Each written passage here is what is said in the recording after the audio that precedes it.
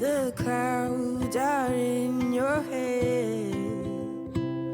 You tell yourself it's better to jump before you fall again, before you lose it all again. Look up, do you see the sunlight? Look up, there's flowers in your head. Hold on, 'cause somebody loves you. You know trouble's always gonna be there. Don't let it bring you to your knees. Look up.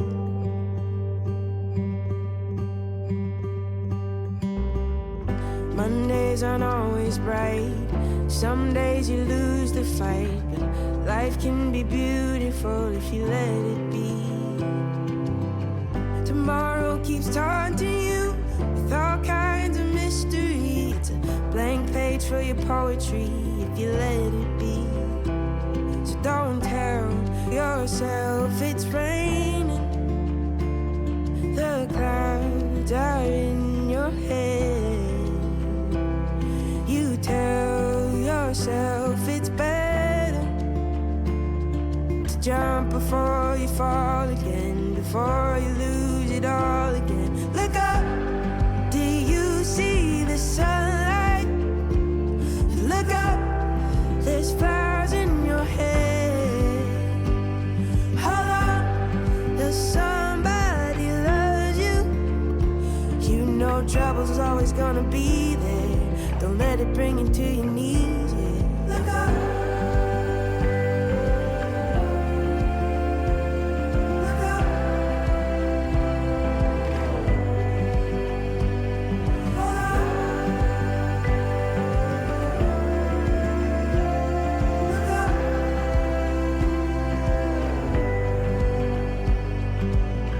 Sometimes your life feels like a broken roller coaster, 1,000 useless moving parts. Look up, do you see the sunlight?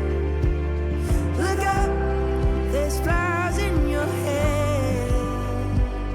Hold on, 'cause somebody loves you. You know trouble's always gonna be there.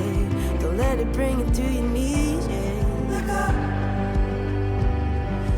trouble's always gonna be there. Look up, Glaro don't let Glaro. it bring you to your knees. Look up.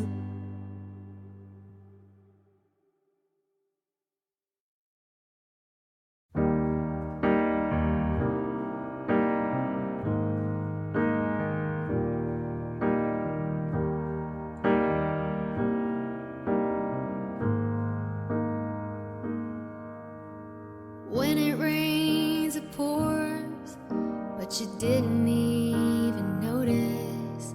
It ain't raining anymore. It's hard to breathe when all you know is the struggle of staying above the rising water line. Well, the sky is finally open. The rain and wind stop blowing, but you're stuck out in the same old storm again. You hold tight to your umbrella. Well, darling, I'm just trying to tell you that there's always been a rainbow hanging over your head. If you could see what I see, you'd be blinded by the colors, yellow, red, and orange and green, and at least a million others. So tie up the bow, take off your coat, and take a look around. 'Cause the sky is finally open. The rain and wind stop blowing, but you're stuck out in the same old storm again. You hold tight to your umbrella. Well, darling, I'm just trying to tell you that there's always been a rainbow hanging over your head.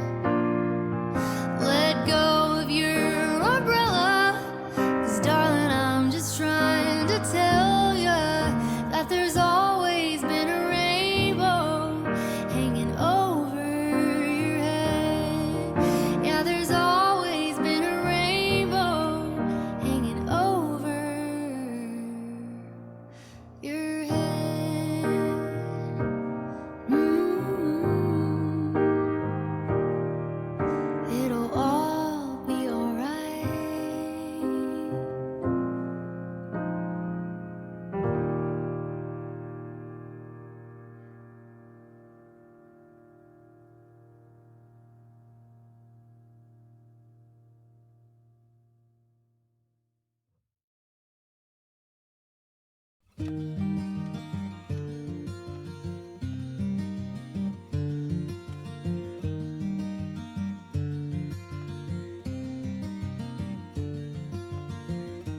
took my love, took it down. I climbed a mountain and I turned around,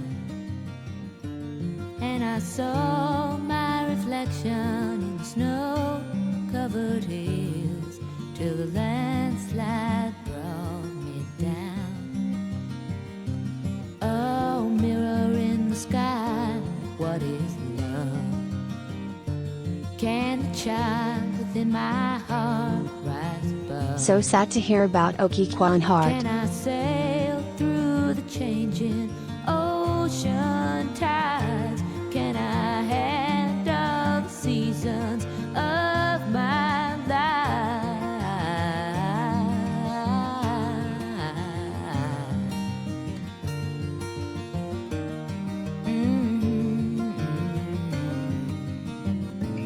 Well, I've been afraid of changing, 'cause I've built my life around you. But time makes you bolder, even children get older, and I'm getting older too.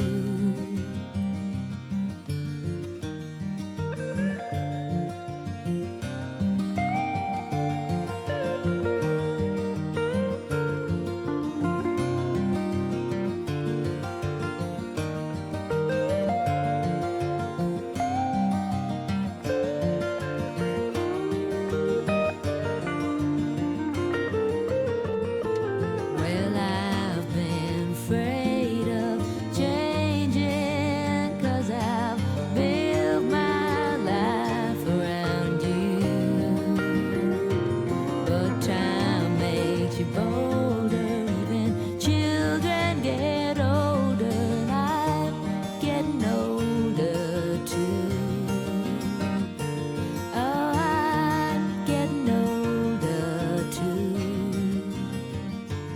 Ah, take my love, take it down.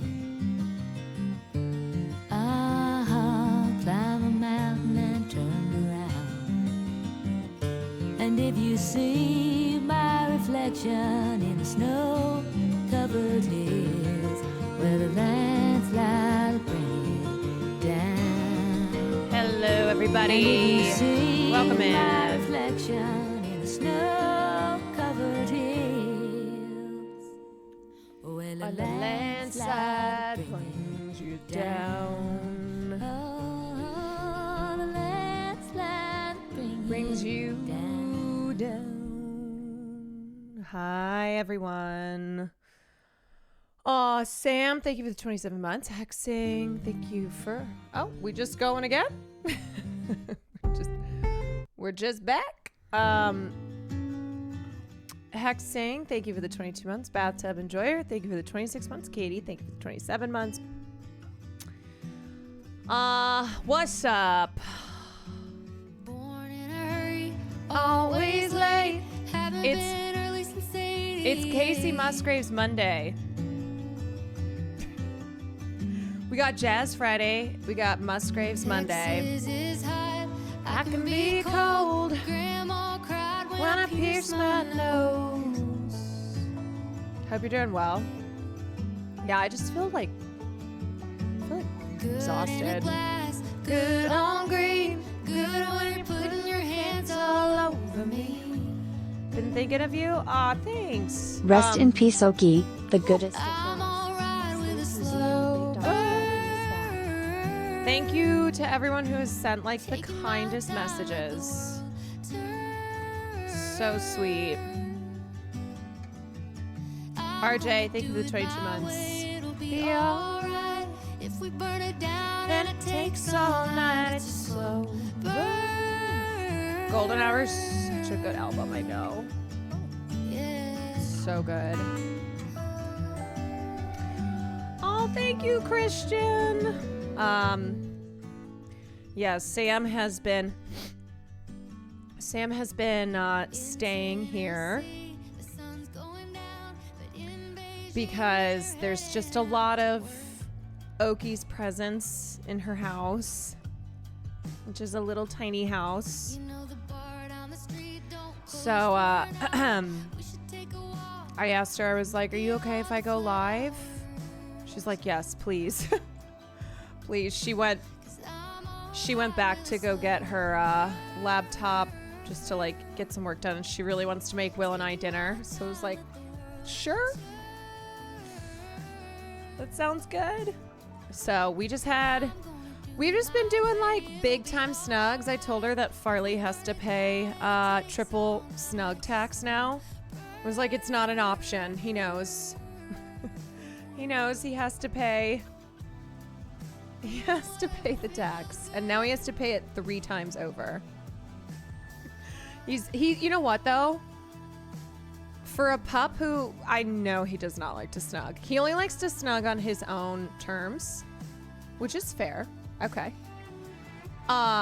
He's been giving Sam a lot of good love, so I'm proud of him. And this morning they were playing fetch, and she throws the ball, and I've never seen him do this before. He caught it in his mouth. I was like, that's my Airbud.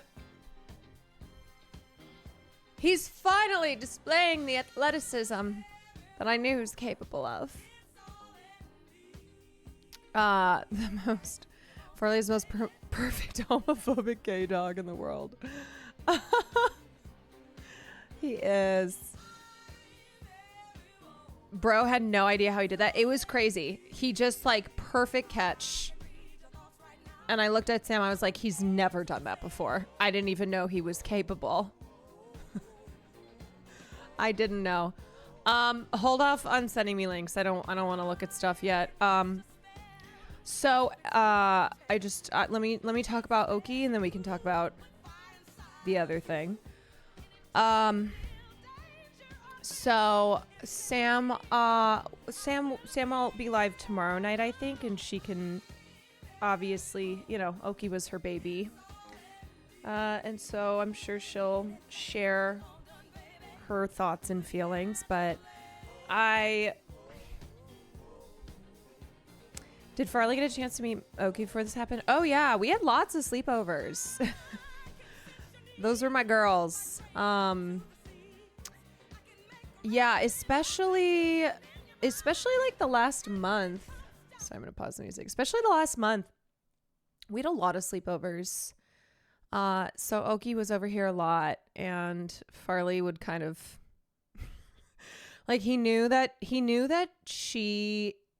he couldn't get mad because she didn't really fuck with him, and so he didn't really have an excuse to be a brat. He could still be a brat though, but I'm not gonna lie, legit ugly crying about Oki. I know a lot of you have been upset and heartbroken as well over the loss of the best Let Me Know host. But for those of you who don't know, Oki, who is Sam, which is beloved pup, was passed away yesterday, and she was sick with cancer, but her health had really taken a sharp turn for the worse in the last couple days. And yesterday, what was yesterday? Sunday. So Saturday night, at late, Sam texted me, and it was because she had brought Oki into the emergency vet because she was not doing well. And they basically were like, it's time. She's really in a lot of pain, and there's nothing we can really do for her. And they had offered then and there to put her down, and it was like 3 a.m. on a Saturday, and it was just too much. So Sam had called me, and I was like, okay, let's obviously just bring her home, and then we can give her a last good day, and then I'll go with you So I did. So I went over there and Oki was just laying out in the sunshine, which was her favorite thing to do. And we just like, we just hung out, and she managed to like, she would always cry whenever she'd see me because she was so happy. She would always like wag her tail every time I'd see her, even if I had just, seen her the day before. And she, even though she was so sick and was suffering, she still like managed to tail wag. And I heard a little cry. And it was kind of like, I could tell it was her way of even though she was really hurting, it was like, I see you and I love you. And so we just hung out for a couple hours, and we just gave her a lot of love. Ugh.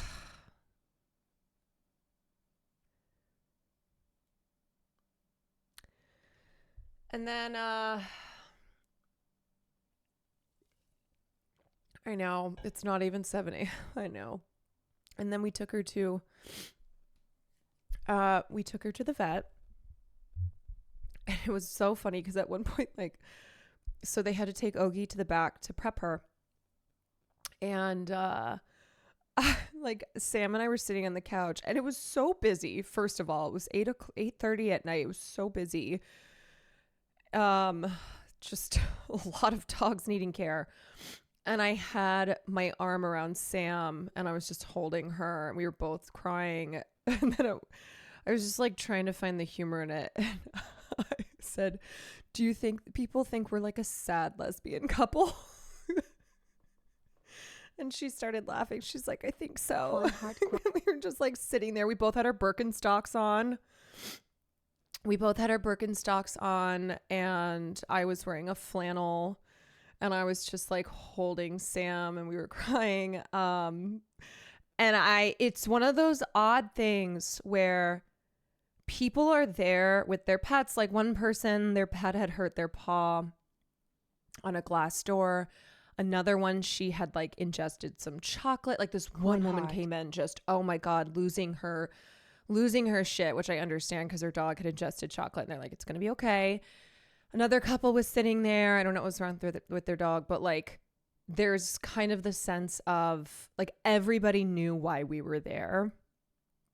And it's almost like I could sense people like holding their pups even tighter. Yeah, that moment when you realize the world doesn't stop when your world feels still, it's fucking crazy. Yeah.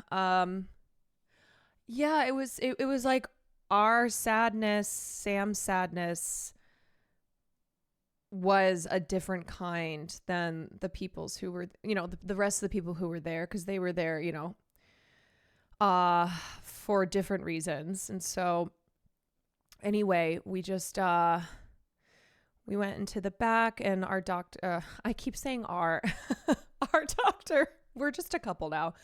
I want to be very clear. Like, obviously, Oki was Sam's baby, and Sam was the best mother.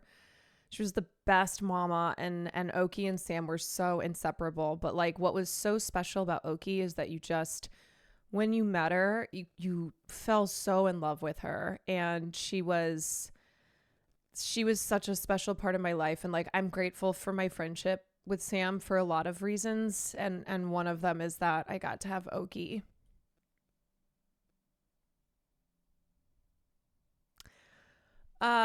How long had Sam had Oki?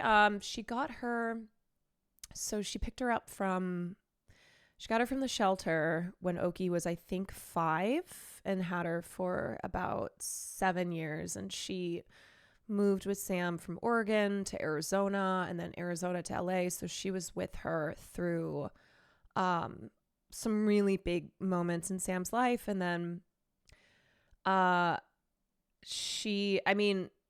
anyone who knew Oki knew that she and Sam were like two peas in a pod, where you know, if Sam went somewhere, Oki went with her, and she was the best. And like one of our favorite things, we've been just sharing a lot of memories of Oki, and a lot of people have sent really wonderful messages to Sam. And one thing that has come up a lot is that Oki was the streamers have a lot of social anxiety, and so at parties, Oki, like if Sam was there, Oki would be there, and people would just gravitate towards Oki, and she would always be the first to like say hi. And there was just this comfort that she provided to a lot of people. And so she was just really wonderful that way. I don't know. I mean, it's strange because first of all, I love dogs. I love animals, and Farley is, you know, the most precious thing in the world. I love him more than anything. I would give up my life for him, but Oki's passing has also affected me really deeply. Like it's not just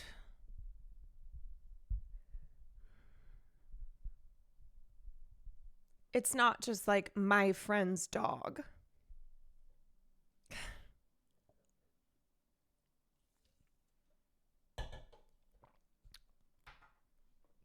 Yeah, I loved her so much. She was my buddy. Yeah, she was just, every time I would say hi, you know, every time I'd go over to Sam's or she'd come over here, it was always like, how are my girls? You know, and when we would say goodbye, I'd be like, okay, love you girls. Like those were my girls. You know, it wasn't just Sam, it was Oki too. At least you have BBW. That's true. How beautiful is it that she made such an impact on so many people? I know. And Sam was like, Sam hates crying on stream. And so we both took yesterday off, obviously, and she's taking tonight off. And I was like, yesterday I didn't even go over there until around 5 because I didn't want to be. She's a person who handles her emotions very differently than I do. And by that, I cry way more, and I'm like much more, I'm much more sensitive. And I didn't want to, this was her baby, and I didn't want to just show up and be, you know, have her comforting me. So I was at home just like, okay, like get it all out. And then I went over there, and of course the second she saw me, I saw her, just immediately started crying. I was like, I'm so Love you, sorry. girl, I'm so sorry. Like, Big okay. hugs, less than 3, less than. It's okay. And when we were saying bye to her, thanks, Austin. Yeah, when we were saying bye to her, you know, we were in the room and we had laid out a blanket, and we were both just leaning over her, and Sam, you know, afterwards she was like, thank you for coming with me. But really it felt like, thank you for letting me be a part of this. And, you know, that was something that like she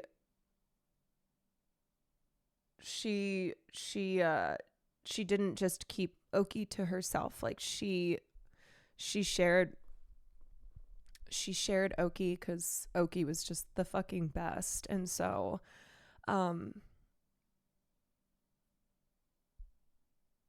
yeah, I loved seeing Oki on stream. Genuinely cried yesterday seeing the news. It's so hard, man. It just sucks. It just sucks so much. But the doctor was really so sweet.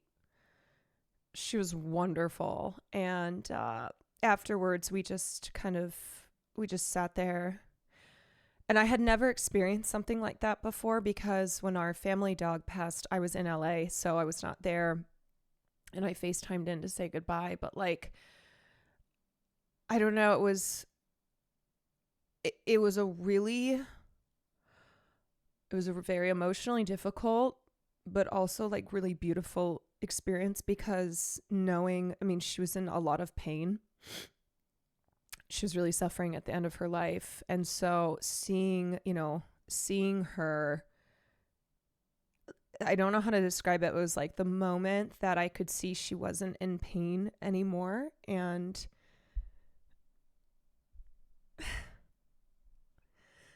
we just kept telling her, like, you're just going to have a nice nap. You're going to go to sleep. And it's going to be a nice sleep.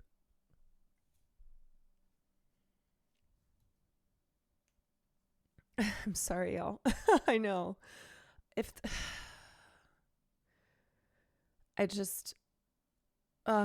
That it's a type of love that's so pure and so wonderful. And when there's so many bad things in the world, humans just always hurting one another and hurting animals, and just capable of, humans can be capable of great things, but also capable of terrible things. And like, our pets, our animals, it's a love that really is so unconditional. And it's such a privilege, I know, to have them in our lives. It's a really beautiful bond that is a unique one. And I don't know, I always think about the fact that like we are,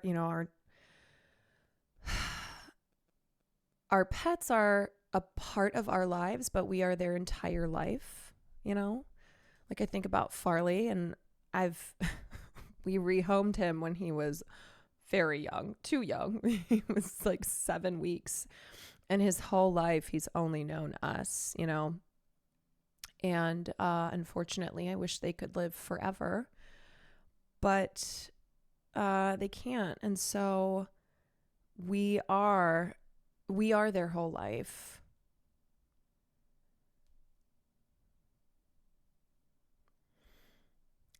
And so it's one of those where you kind of enter into this, I don't know, you enter into this contract of, this is when you get a dog or a cat or, whoever you bring into your life, you go, you are going to make my life better. And this is going to be a love that is a love that I've never known. But it is also, it feels impossibly hard when you have to say goodbye. And I think that's a testament to, it's a testament to those bonds and how wonderful that love is. And I know it's something like a lot of people relate to. And so it's why, like, not just those of you in here and in Sam's community who knew Oki, who would, always see her on stream or see her on the podcast or see photos of her, but it's also just something that like we can relate to with one another, because a lot of people have experienced that love, but also that loss and that pain. It's a blessing that you both were able to be there for her as she passed. And she smelled you in the room, was that alone? Yeah, she was, we enveloped her with as much love as we could.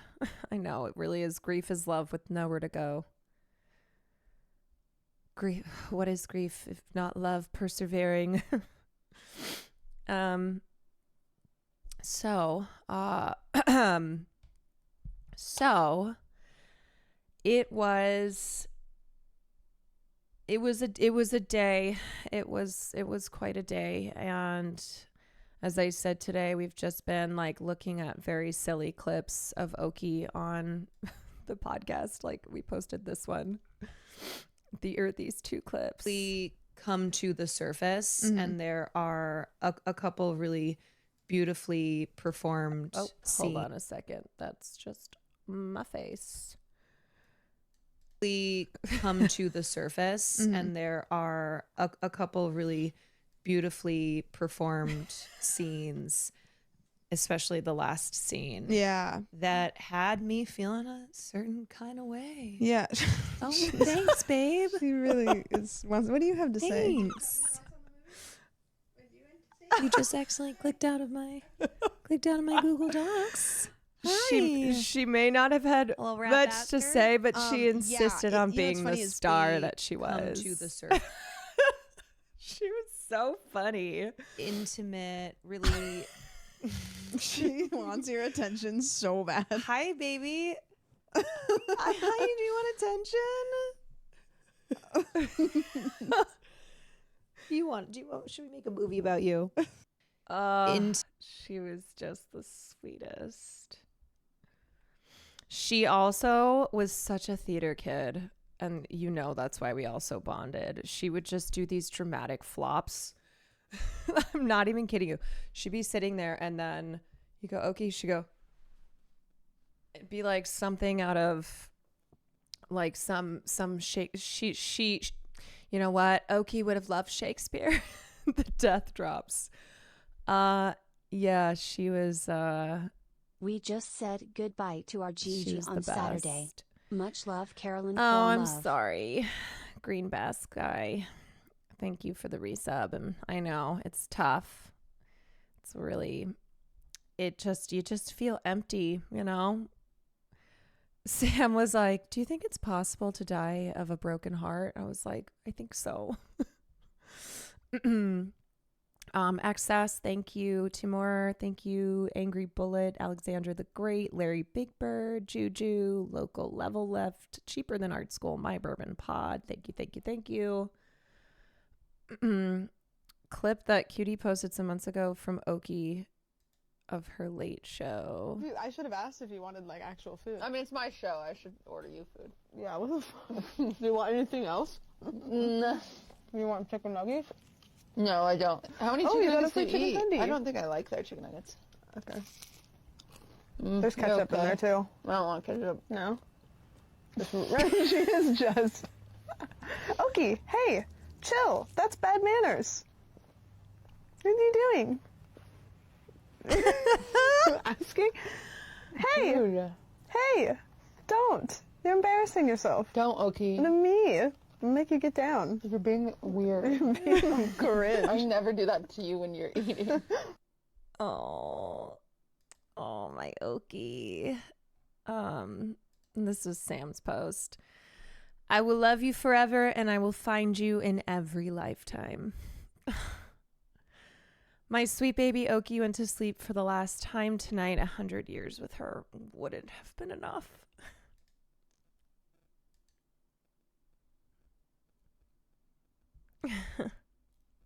Oh, Scum drew a picture of her.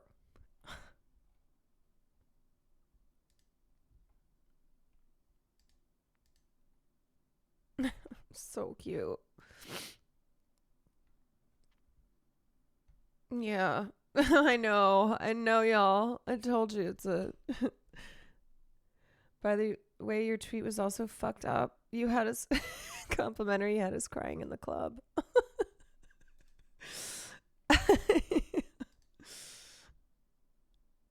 Oh. Girl, I'm at work watching your stream while listening to Sean Stevens. Oh no. Yeah, when we were leaving, when we left the vet last night, so we're just like sitting in the car. We're just sitting in the car, and we're just, both emotionally exhausted, still crying. And Sam puts on she goes, "You been listening to Lord's new album?" And I was like, "Yeah, some of it." And she puts on, I swear to God, the saddest song from the album. And we're just driving back, listening to like the saddest sad girl songs.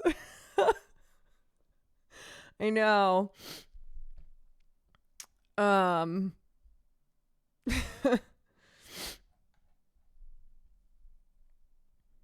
Yeah. We also were just like trying to find as much humor as we could yesterday. And one of the things that we were kind of laughing about was, so on the form Sam had to fill out,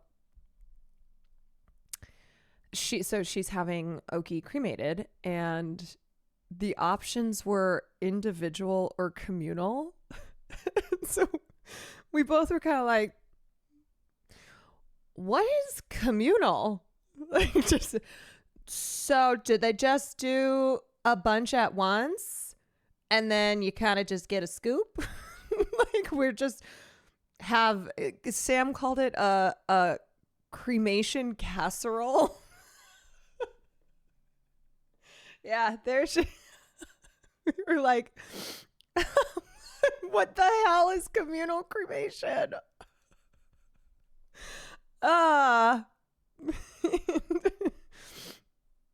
They did this with my pet too. It was like, what? I know.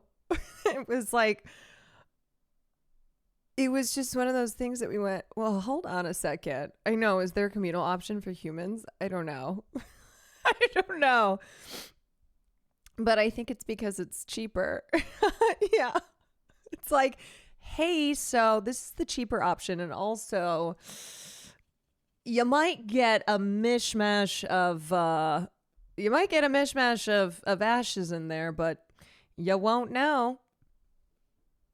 Yes, Cybotch, permission granted. Socialism or barbarism, thank you so much for the 10 gifted subs. Me accidentally taking home 78% of a Shiba named Mr. Jingles. Oh, God. They also initially were like, yeah, it'll take 4 weeks. And we were like, what? Why is it going to take so long? Like, where is she going to be? Hold on a second. Did you tell them about the guy that came out to get Oki? Oh, no, I didn't. I haven't told all details because I didn't know if like there were things that you wanted to share by yourself on the stream. But okay, so I will tell this. You can, I don't care.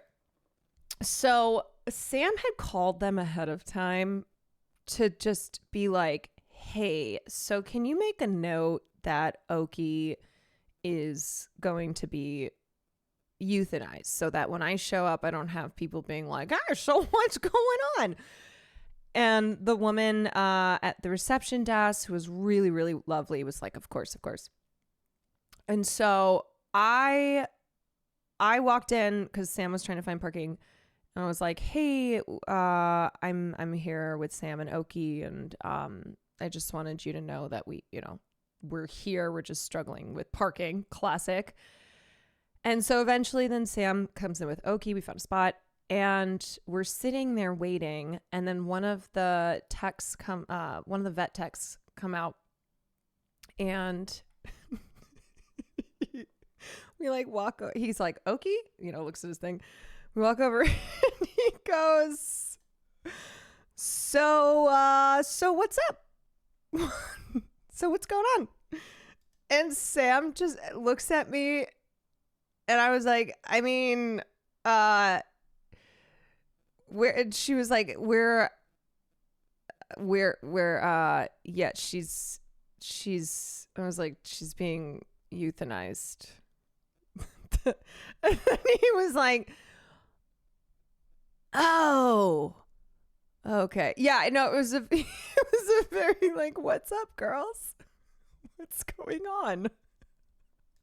Like, all right. Can I do maybe I can do some charades here. Maybe that will make this a little less awkward of having to like speak the words out loud, especially with all these other people in the waiting room. But the vet was an angel, and another funny thing that happened is when we were in the room waiting for the doctor, we were sitting with Oki, and then so essentially they're like, take your time and then hit the blue button when you're ready. And it's like, okay, well, you're never going to be ready. So there's just this I guess I'll just fucking hit this button. So we hit the button, the doctor comes in, and she's so lovely and has like the perfect just like vet voice, so soft spoken, really empathetic. She was definitely an empath. And she starts just like explaining the process and answering questions and telling us, how it's going to go. And then she just casually is like explaining the medicine that they're going to administer to Oki to put her to sleep. And she just casually mentions that, like, she's like, oh yeah, Michael Jackson loved, like, this is the stuff that Michael Jackson loved. And we were like, oh,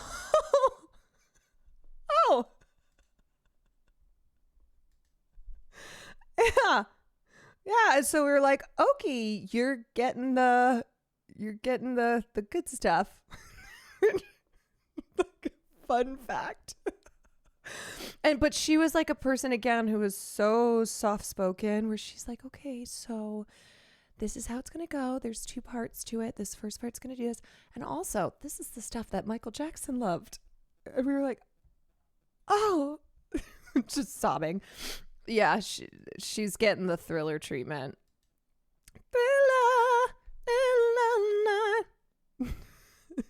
This, the MJ treatment. Yeah. We're like, okay, this is high quality stuff. But it was really funny. Like it was honestly, we needed that, right? We needed a little bit of levity, because it was just otherwise so heavy. It's just really, really intense. Sarah, thank you for the resub. Coco, thank you for the Prime. Steady Op, thank you for the 15 months. Only the best for the best. So anyway, yeah, it was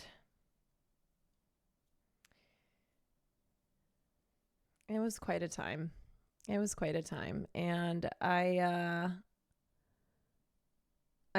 know I speak for everyone who knew Oki, and whether that was other friends or people, Oki went to a lot of stuff. Like, she was always at events and stuff. I have really cute pictures of her and Kaya. There's one where Oki has her paw on Kaya's head, establishing her dominance as she should.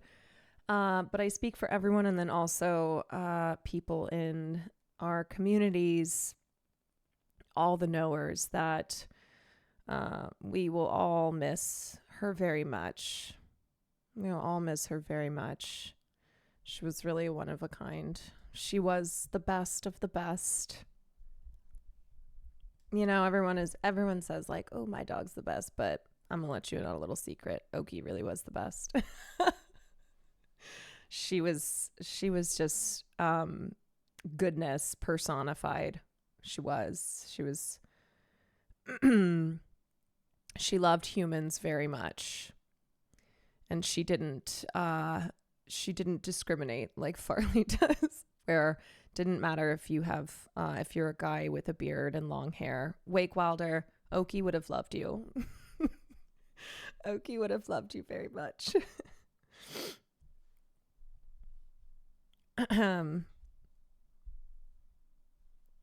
Yeah. You know what? I fucking love Farley more than anything, but I will say he is selective. He is very selective in who he in who he gives love to. And you know what though?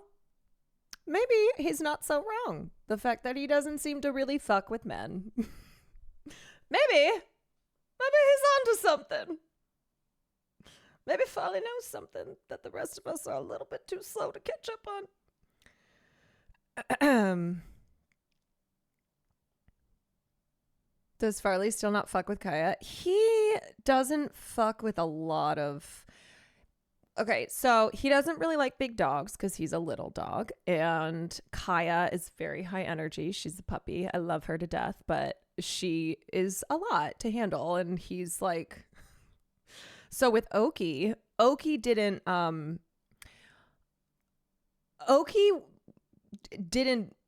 fuck with Farley in the way that he perceived Kaya to. You know, Kaya was always like just fascinated. Anytime she's been around Farley, she's like, who is this little guy? And Oki was very respectful. Now she would come in and immediately go to Farley's food to eat it, but I'm like, that's great. She can have it because he's not eating it. So, and he's turned his nose up if there's not chicken in it. So Oki, who is not picky in the same way Farley is, could just have, someone's got to eat it. It's going to waste. And so, he knew that he didn't have as much reason. Like, he couldn't go to me in the way that he does with Kaya. Like, when I had to babysit, when Kaya had a sleepover at my old place, it was like Farley would come to me and go, Mom, tell her to leave me alone. But he couldn't do that with Oki. And so he would kind of like every once in a while, like give her. I swear to God, Farley, he can exude the energy of rolling his eyes. Like, and we have this big bean bag. It's the comfiest thing in the world. Everybody loves this. And it's like right in the middle, Farley would sit. It's this massive beanbag, and he would just go in the middle. And whenever Oki would come over, she loved the beanbag, and she would just jump right into it, and he'd be like, I swear if he could call 911, he would. Farley and Will were so funny last night. He's such a diva. He's such a side-eye diva. What is Farley's lore, by the way? How old and when did you get him and why? He's almost 6. We got him because Will was desperately, he was unemployed and he really wanted a dog. And he I was there. He would like go to all these shelters and try to adopt dogs. And he became convinced that there was like some corruption, some underground ring where they would like dogs would be on the shelter websites. And then he'd go and they'd be like, oh, they're not available. He'd be like, I'm unemployed. You posted this last night and I'm here less than 12 hours later. What do you mean? Yeah, that's the thing. And so he just became consumed with this and spent like a year trying to adopt a dog. He's talked about this conspiracy before, I'm sure. Oh, he was very unemployed. Yes. And he finally was like, I kept telling him, I was like, don't get your hopes up. Don't get too attached, you know? And there was one dog that he just really fell in love with and thought that he was going to be able to take that dog home. And then it didn't happen. So then he threw up his hands. He's like, I'm done. I can't do this anymore. I can't get my heart broken. I can't deal with this corruption. So I said, okay, how hard can it be to find a dog? So one day when I was at work, I just went on Craigslist and I typed in dog, and there's a lot of scams, to be clear. Okay. A lot of scams and schemes on Craigslist. So if you go this route, I recommend like being very cautious. But anyway, so I'm like scrolling through stuff and then I see this advertisement for like a rehome situation. I went, okay. And there was one picture. I was like, well, that's the cutest thing I've ever seen. It didn't even look like a dog. It looked like a little bunny. And so on my lunch break, I had called Will. I was like, okay, I think I found an option here. And he's like, oh, he wouldn't hear it. He said, no, it's bullshit. So I was like, okay. So I went out on my lunch break and I drove to this house. The woman brought him out and she told me the story, which who knows if it was actually true, but that he was supposed to be for her niece, but then there was an issue with the niece and they had this older dog and blah, blah, blah. And so they needed to they had to do something with this little puppy that they had and they couldn't keep him. So she's like, I need to rehome him. And I was like, great. And I FaceTime Will, and I was just holding Farley. The woman was actually Corella, and they had one left over. I was just holding him, and I said, I got him. I found him. You're gonna have to bring $400 down here because I have to go to this meeting. And I said, and apparently there's more people who are coming later today. And I just kind of was like, so get a move on it. And he got in his car and he drove down, and he took Farley home. And after work that night, I went over to his apartment, and Farley was so scared. I mean, he was so young. He was so scared. He wouldn't eat or drink. He just kept like crying. And we looked at each other and went, oh my God, what have we done? Oh my God, did we break him? What happened? And for hours, we were just trying to get him to just have a little bit of water or have a little food or something. And then I remember we were sitting on Will's rug in his living room, and we had this toy that Will had bought from like TJ Maxx, and we were just it was like 2 a.m. No, that's so normal. Yeah. I mean, for people who had never had, like, this was our first time, and we just thought we like had fucked up. And we were just kind of like exhaustedly throwing this thing to one another. And then suddenly he perks up. And I remember he just like hops over to where Will is, and we're like, oh, so we start playing monkey in the middle. And it was just like a total change in his demeanor. And he's going back and forth between us. We're like, oh my God. We're just crying. And then he was thirsty, so he drank some water. And then he had a little bit of food, and then he passed out. And that night, like, we looked at each other, we just went, we can do this. We can do this. We can. Here's baby Farley. Yeah. Sorry, I know this is a long roundabout way of answering your question. Hello. Also, Hassan's puppy voice just kills me. Ooh, get it. Ooh, get it. Ooh. Look at his little baby teeth. Who's got the at last clip? Where'd it go? Where is it? I love when he's like surprised, like, where did it go? I don't understand. He literally thinks this is sorcery. Hey, oh my God. He's like, where's the bone, wizard? So tiny. What manner of... Where'd it go, Farley? Where'd the bone go, dude? Right here. Oh, he's so tiny. And then, yeah, that was it. And now it's been almost... he's almost 6 years old. So, anyway, I just had a memory too. One of the last times that Oki was here and Farley was kind of being a brat, and I was like, you are bullying an old lady who has cancer. I just need you to know that. Okay. You're being mean to an old lady who has cancer. Is this how I raised you? Is this how I have raised you? You bring shame to this house. Yeah, you said he bullied a cancer patient. You've brought shame to our house. We need to kidnap scientists to make our pets live forever. It's like, you know what, Brian Johnson, can you put your money towards something like that? Nobody gives a shit if you can achieve immortality. Okay, you just look like you've had a lot of Botox. That's all you've seemed to have achieved. How'd you land on Farley? Well, initially we had named him Princeton because Will's from Princeton, New Jersey. And then that lasted like a couple days and we went, I don't think so. And so we landed on Farley, named after Chris Farley. And we're like, yeah. Oki's name was initially Boomer, which is so funny. Okay, Boomer. Can you imagine? Boomer in Princeton.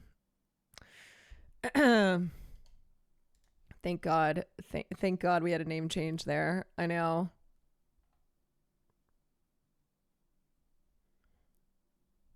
Where is he right now? He's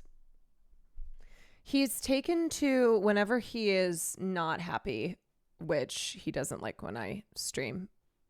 Because he thinks women should just be wives and mothers and not work. But, you know, and he now has taken to, he just goes and hangs out on the guest bed. I don't know why. He won't even go in our bedroom. He'll just go on, he'll go on the guest bed and be like, yeah, that's right. He rightfully hates men and wrongfully hates women. He also doesn't think women should be in the kitchen. So he is also an ally. You mean his bed? Yeah. Yeah, he doesn't like, well, so Will and I think it's because when Farley was a baby, Will was streaming. Will had just started streaming. And so I was working, I was in the corporate world.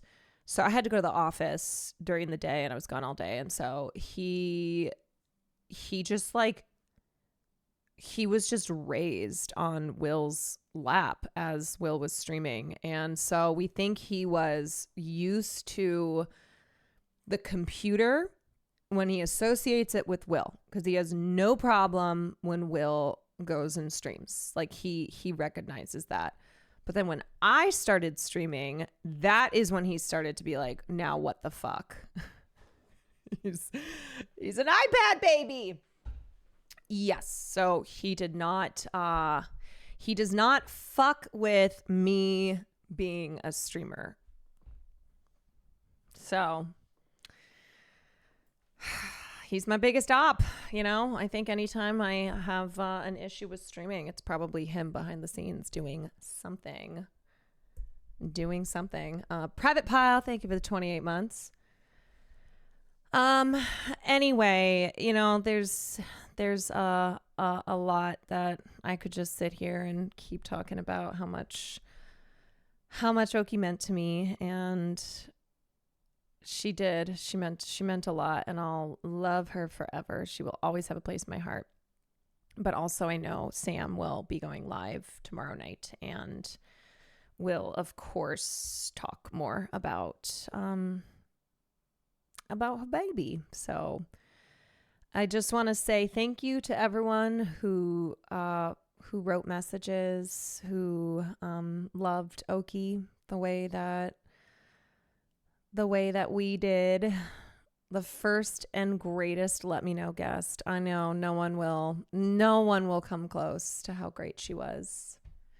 Honestly, this conversation's been healing for me. Well, buckle up. Buckle up, because it's about to be less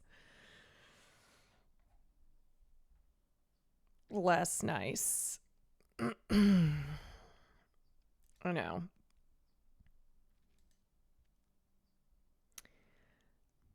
I'm just like, okay, am I done with this part? I'd like to just give it enough of a transition. Just a period of silence after that. I had entirely too much to say and couldn't bring myself to write one. That's okay. I know you loved Oki. We all did.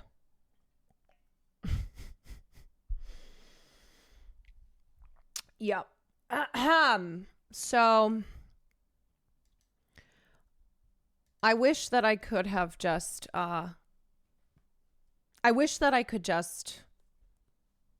mourn Oki and sit in the memories that many of us have of her, but obviously today there was some other shit that was going on.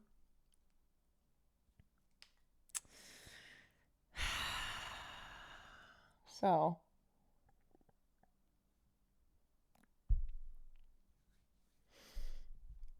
it's why too I just keep being like, God damn,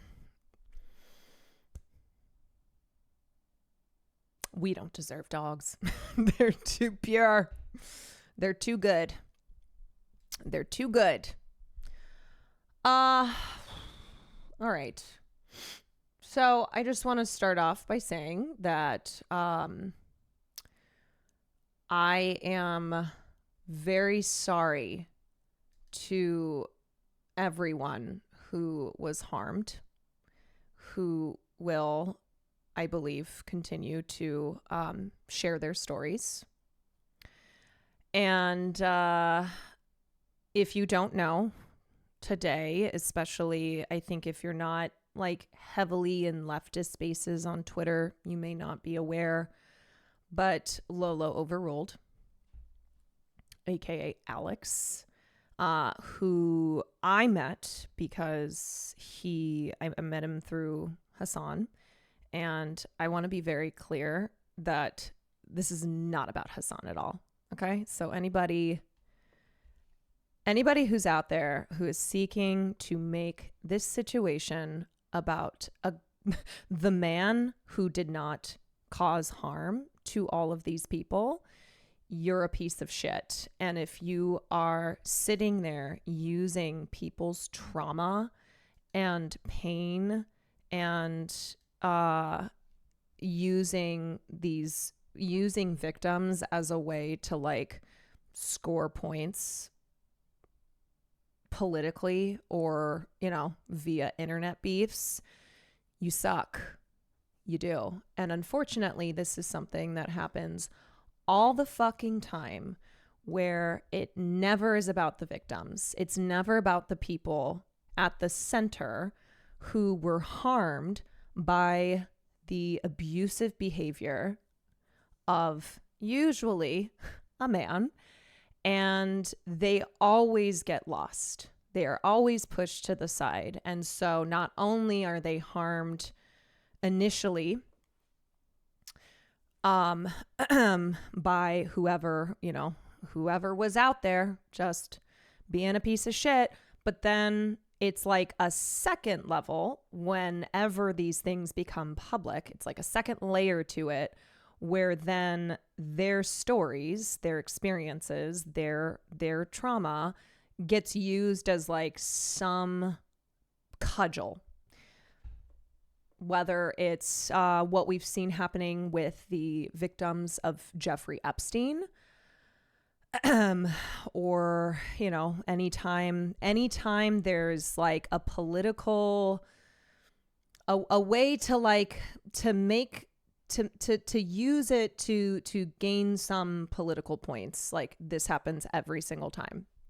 So essentially, sorry, I know I'm maybe jumping things a little bit. I should explain for those who are not, like, as I said, online in leftist spaces, but Lolo was in these leftist spaces because of his relationship with Hassan, and then with people like me and Nandre and others who are people who became friends with him, who bonded with him over our supposed shared morals and politics. And he is also was a public defender and a content creator. I think some people probably recognize him from TikTok, but that's how a lot of us in like the Twitch space came to know him. And so a lot of this really kind of started, I think, last night, but a lot of mostly women. There are, I think, some people who are not women who were sharing their stories as well, but started sharing their experiences with him that point to a pattern of abusive, predatory, sex pest behavior. And in any way, so it's kind of, you know, this happens every time where it you know, something finally breaks, and then you find out that like there had been people in the past who had tried to kind of ring the alarm bells, who tried to say something, but felt like they couldn't, or they were kind of waved away. And so then when the dam finally breaks, then you have so many people who are sharing their experiences or attesting to this being really a pattern of predatory behavior. And it's so frustrating because when this happens on the left, which, let's just get something straight, okay? Misogyny is not confined to one political space, okay? To one set of political beliefs. Unfortunately, misogyny is so endemic in our society. It is deeply ingrained culturally, and so across the political spectrum is the issue of misogyny and sexism and abusive behavior. So that being said, there are extra layers when it is somebody on the left who espouses the morals and principles of progressive beliefs.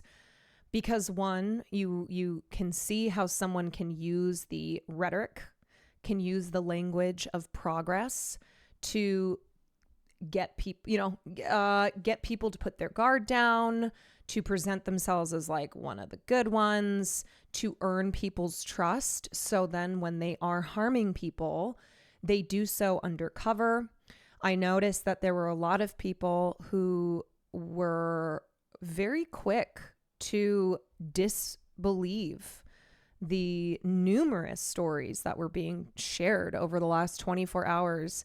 And I will tell you too, there's going to be more that will continue to come out. And what happened was, because for reasons ranging from people having a parasocial relationship with him, people having a parasocial relationship with Hassan, who a lot of people associate Alex with, people not wanting to believe because Alex is in pro-Palestine, progressive spaces, that there was just this immediate dismissal, and a lot of the hand waving, a lot of the language that was used is the same thing that you see when someone on the right is accused of abusive behavior, when someone who you disagree with politically and so therefore have no problem with recognizing, acknowledging them as an abuser.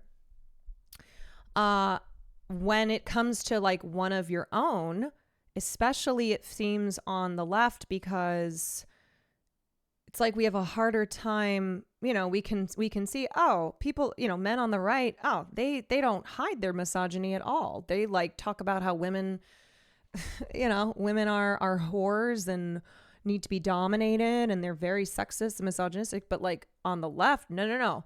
We've got the good politics over here. So let's just hold on a second. I saw people dismissing allegations because they came initially from sex workers. Yes. And oftentimes with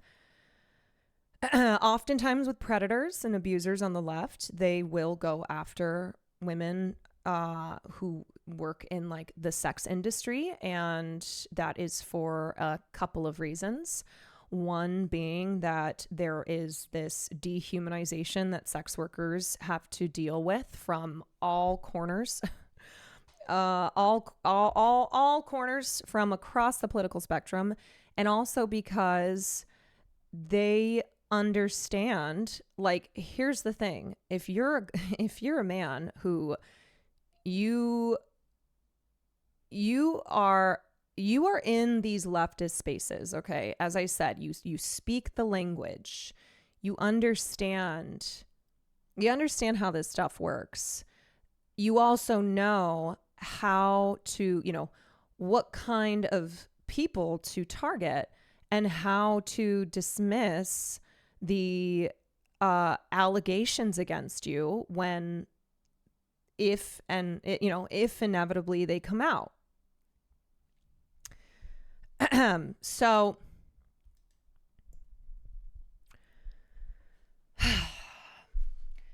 So again, to everyone who was harmed by him, and especially those who have like tried to say things over the years, I'm very sorry that you were not believed, that it was hand waved away for the, you know, for whatever reasons.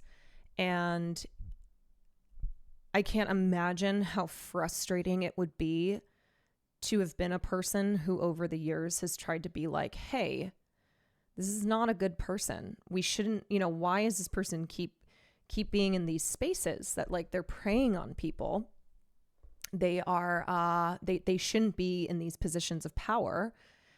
And to have to see someone only grow in notoriety, you know, gain more clout, and feel as if you are forced into silence because to say something, you know, maybe you have said something, but to like keep trying to say something is like, oh, well, you're hurting the cause. Okay. Oh, well, you're making things, you know, you have to consider all the implications here. And this is something that historically women have had to deal with in, you know, in radical spaces. You look at, unfortunately, what happened with women, even like back in the 60s, like women who were a part of the Black Panthers, and how often they are expected to sacrifice their own well-being for the sake of, you know, the fucking movement. And this is just something that has been, you know, it has carried through. It has carried through all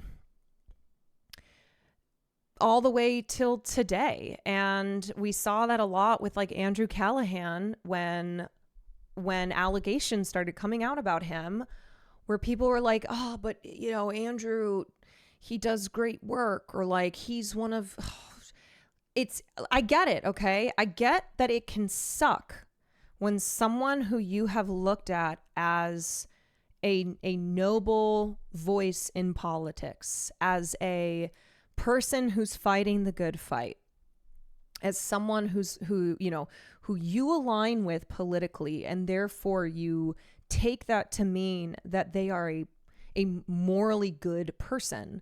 Their politics are good, so therefore they must be good. And I know that it can be really jarring to find out otherwise. But we can't apply these blinders, you know, we can't like suddenly forget our own principles because somebody who we are on the same side with is being outed as an abuser. Like that there are a lot of people who are sharing personal experiences that point to it being a pattern. The allegations on Andrew were only a few hours old when they came to light, and dweebs were already talking about redemption and forgiveness so they could get their spring back at Daytona Beach videos faster. He wouldn't do that. He's a good guy. It happens all the time. I mean,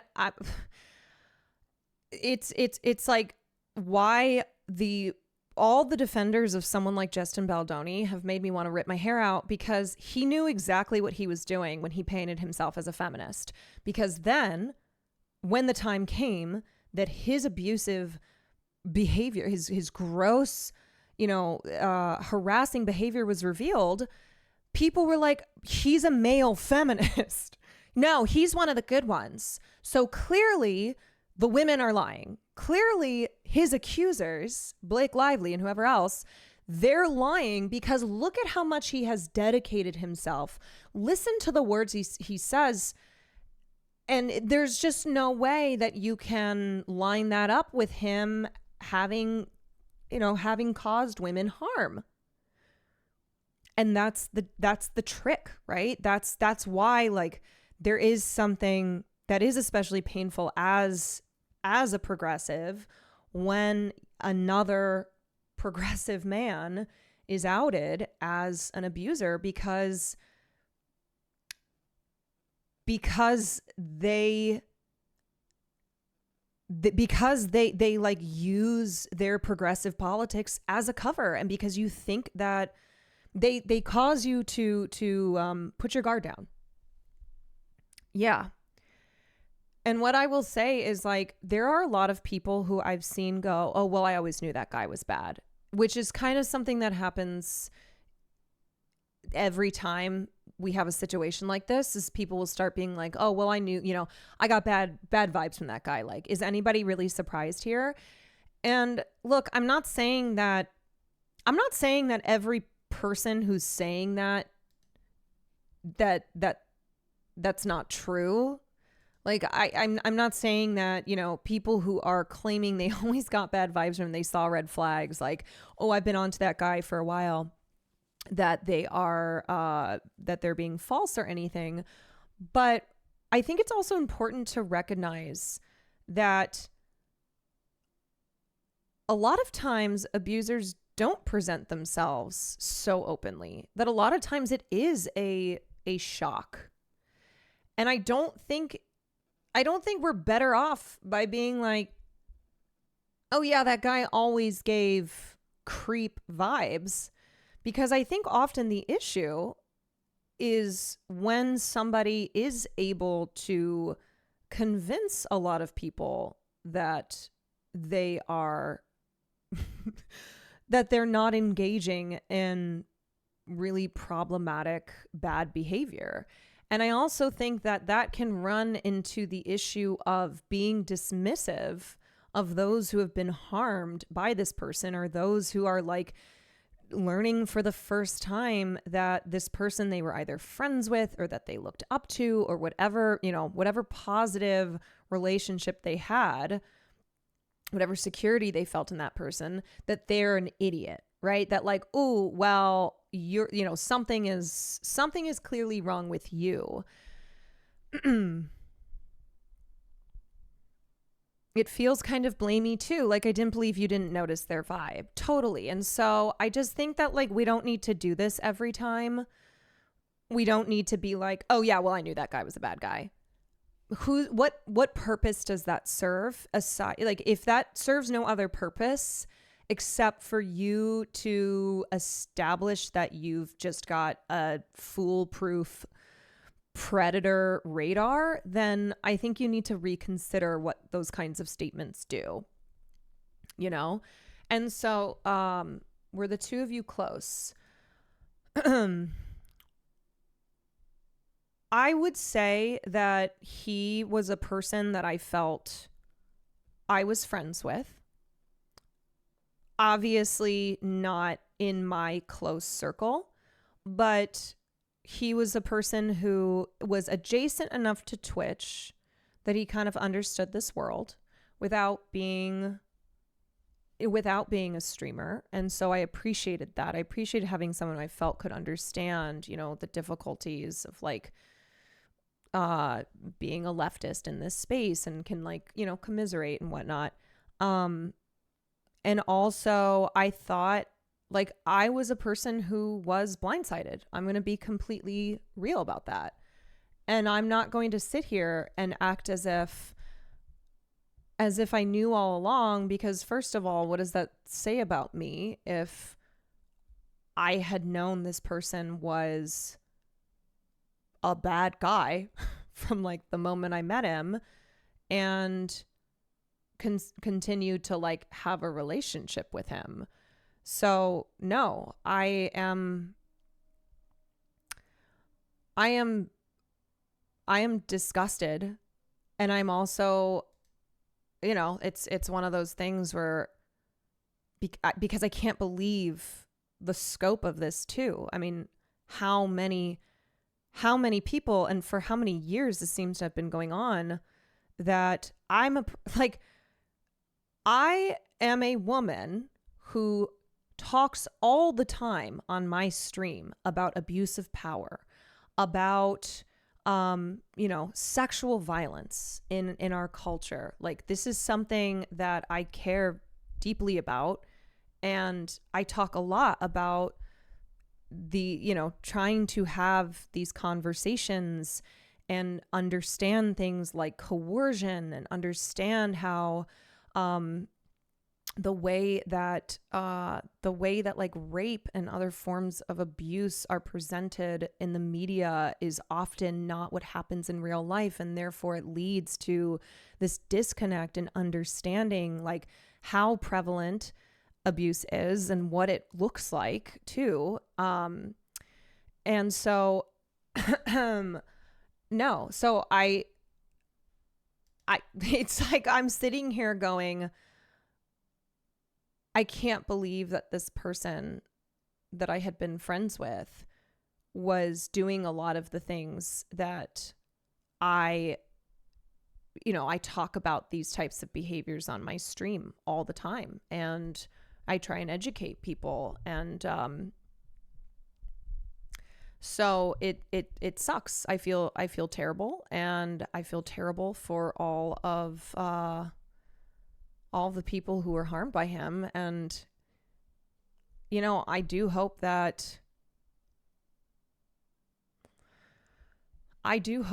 he can get better, because I don't want him continuing to harm.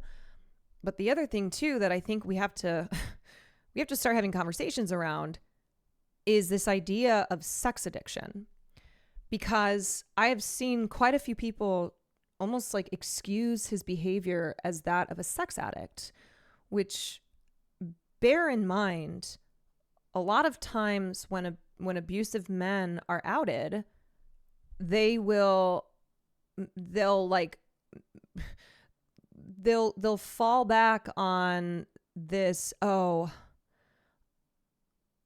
I have a problem, and it's a problem with sex. I have an addiction to sex.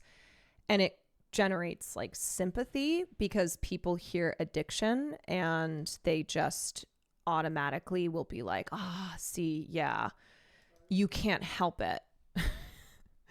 You can't help it. So even though they'll be like, I know it's not an excuse, they're still falling into that trap of, yeah, but there's a reason here, and that reason is one that we can have empathy for. And then inevitably it lets the abuser off the hook. And I think it's really important to understand that what happened in the Alex situation is a massive issue because of the lack of consent. And so seeking therapy for something like sex addiction, when really the behavior that you have engaged in is behavior that is sexually coercive, that is denying people their consent, that's not something you can like go see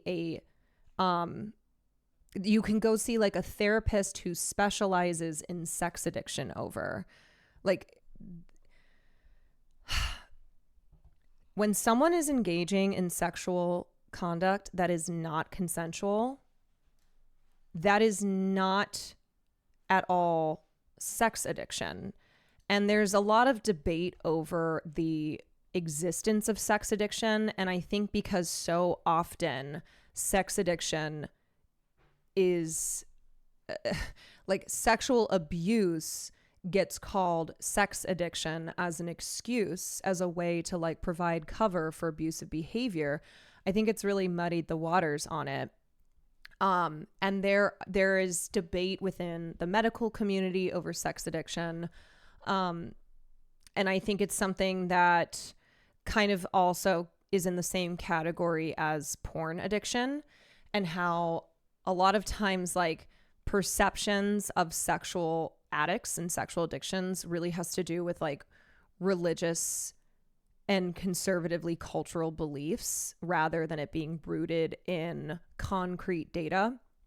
So look, I just wanted to broach that, because this is still something that there is not a lot of research that concretely shows like what well, this is porn addiction, this is sex addiction, and whether there's like a cause and effect relationship.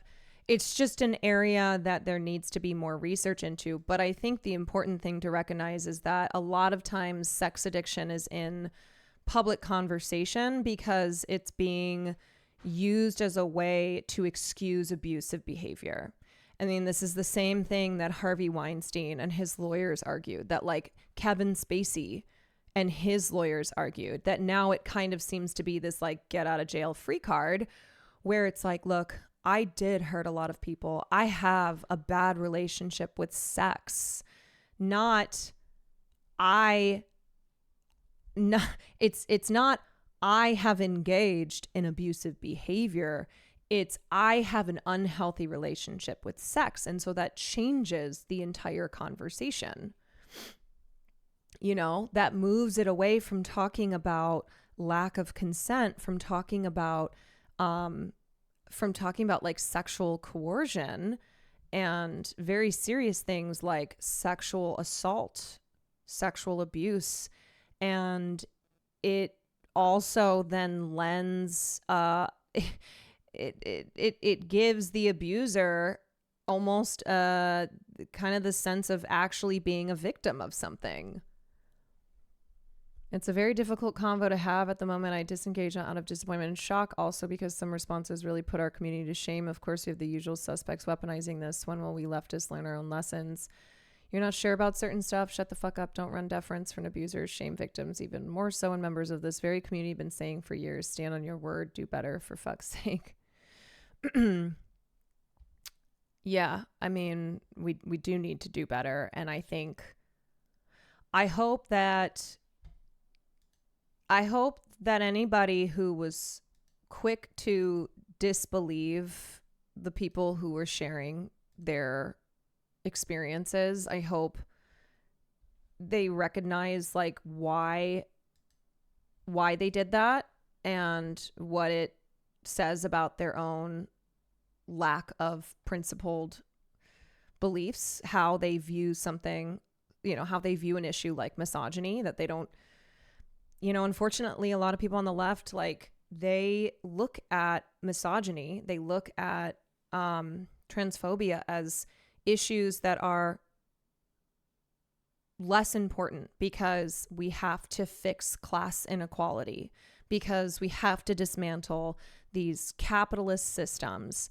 But along the way, it's often you see this like waving away, this diminishing of these major issues.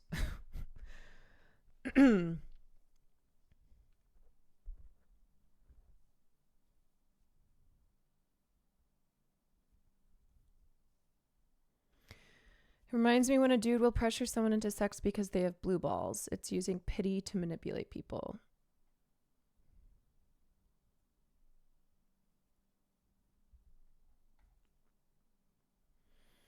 It's traumatizing finding out a friend is an abuser. It can fuck with your trust and even give you feelings of regret or guilt. Hope you're doing okay and are giving yourself time to process this. Thank you. I appreciate that. Yeah, I mean, I think it's one of those weird things where I don't want anybody to be centered in this conversation other than victims. And this is something where every time the people who are actually harmed, who were, you know, the ones who were hurt, are never at the center of the conversation. But that being said too, you know, this being a personal thing for me, it does suck. It is something that I am kind of evaluating myself, and it's not like I recognize too that I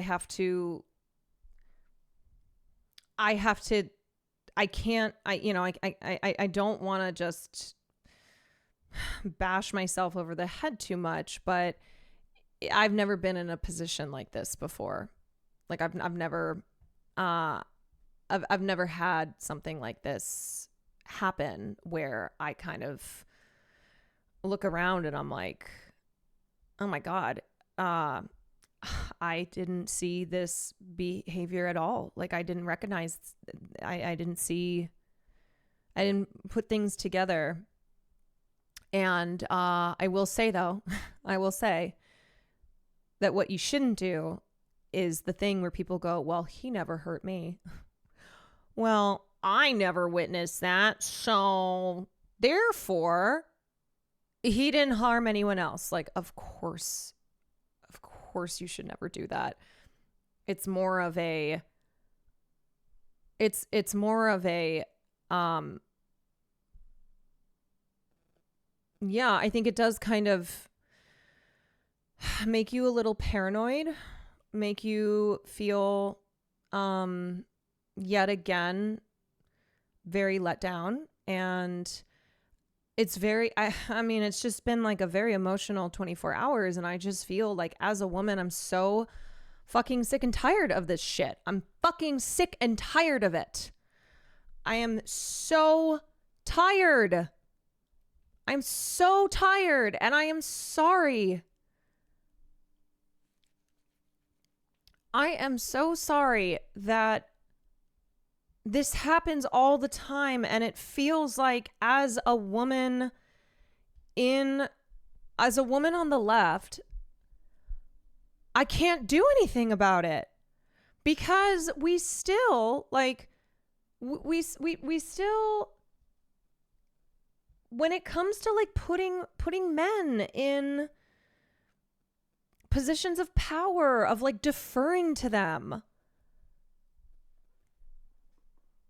I look around and I see the boys clubs. I do. I see the leftist boys club. And like, I'm not saying that all leftist straight men are problematic, but like, I recognize how there is such a through line of misogyny, and it is so tiring.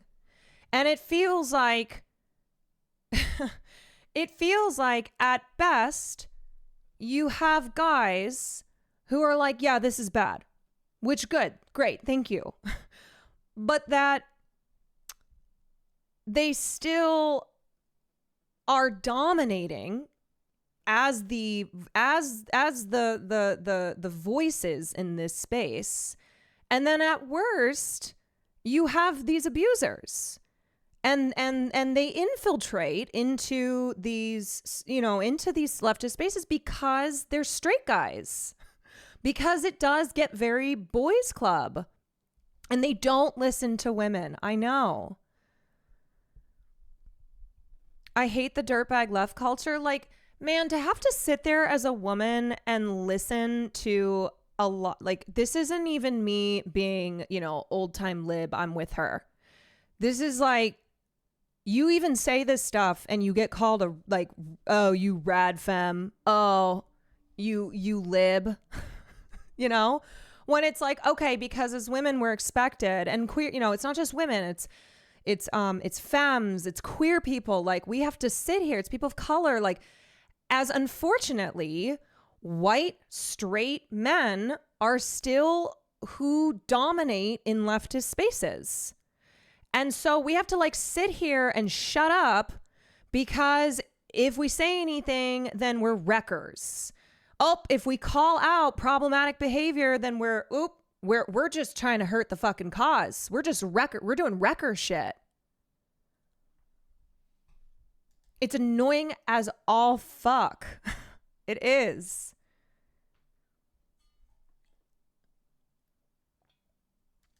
I mean, I told you guys that like the last journalist who called me and only wanted to talk about like straight male leftists and talk about like how men, we got like, it was just about the culture of straight men. I was like, why are you even speaking to me?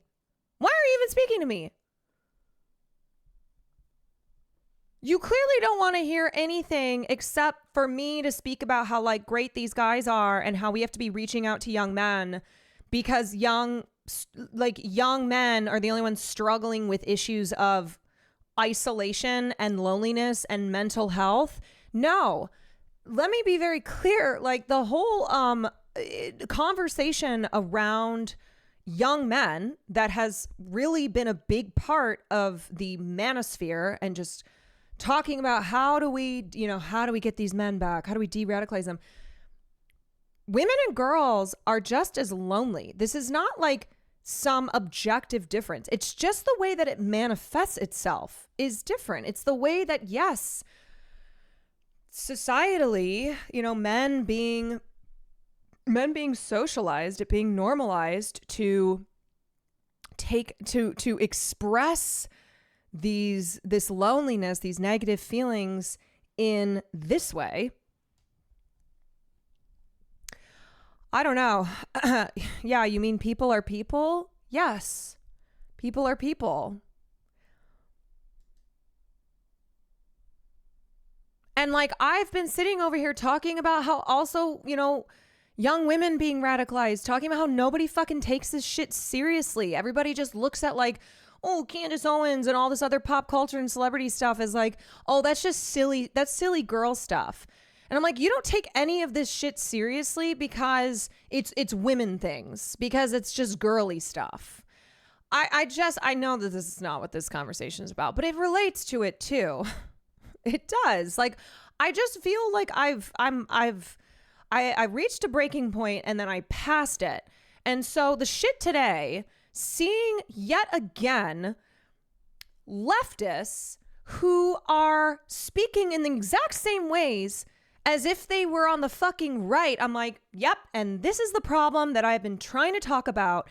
And when I try and relate this into, these very public facing cases that have a big spotlight on them because you have celebrities involved, and it all gets dismissed because it's not, oh, sorry, this isn't real important stuff. This isn't like, we're not fighting capitalism here. Yes, we are, first of all. Okay, all this shit is connected.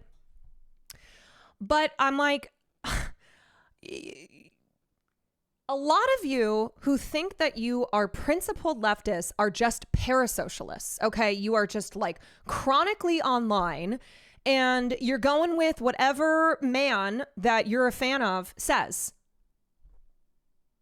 And you wait until, and I know, I'm going to call your asses out. I know that there were those of you who waited to hear Hassan condemn. And that was only then when you would condemn because you are not actually principled. You are a parasocialist who gets all of your opinions from your Twitch streamer. And I am not blaming Hassan here, but I am talking about the people who are living in these very narrow worlds where you don't listen to queer people, you don't listen to women, you don't diversify your sources. And so when this shit happens, you are no different than the people on the right who you think you are superior to.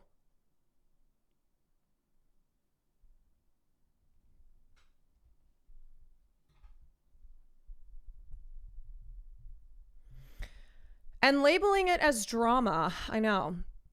Everything is labeled as drama. It's so frustrating. Yes, like calling it drama, that is you being chronically online. That is you looking at sex crimes, at sexual abuse as drama, as like celebrity slop.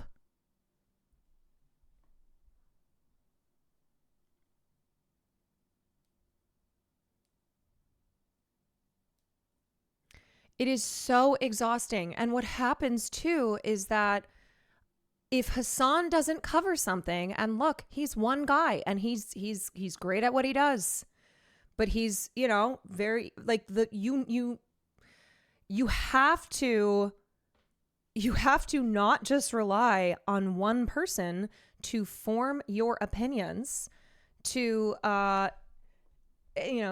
you how to think and feel. Because Hassan doesn't cover everything. And he is also a straight white guy. And he will admit to his own limitations. He should, as we all should. He has blind spots. We all have blind spots. So you have to recognize that. And when people in your community are saying that they have been harmed by someone who you don't fucking know. Let me just tell you, I knew this person. I know this person. And the second I found out about this stuff, You know what I didn't do? I didn't do the shit that you did about someone who you don't even personally know.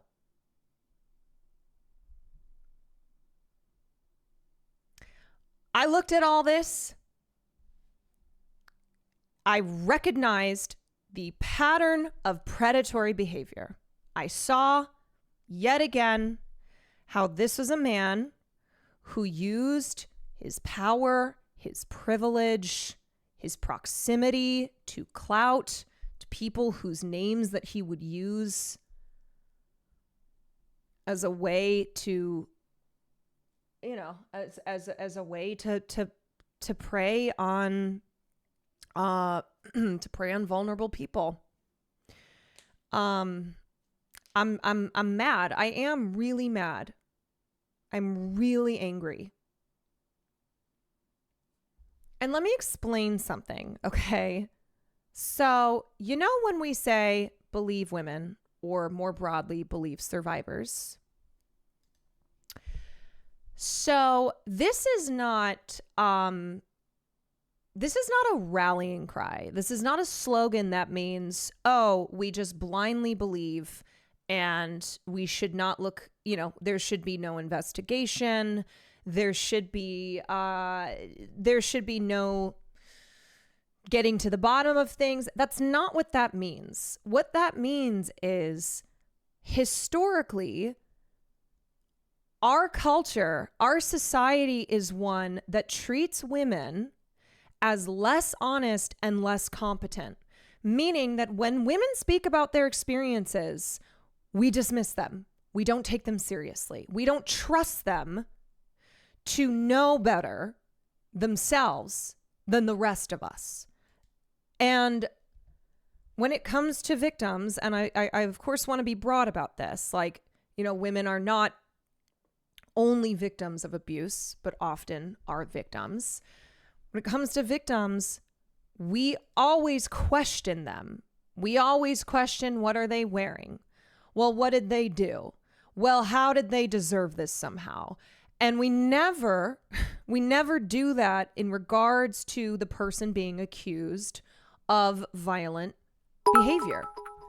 And so the mantra of believe women, of believe survivors, is supposed to be an appeal to take allegations seriously, to create a space where people can come forward, especially when you are, you know, when you are marginalized, when you are when you are in a position where the person you are accusing has more power, has more, you know, is of a, you know, a gender that provides them privilege of, you know, whatever their statuses are. It's supposed to be to change the status quo of not believing women, of not believing victims of abuse. Victim blaming is still a major part of our culture. And change has to start somewhere, which is why there was this attempt to shift the culture.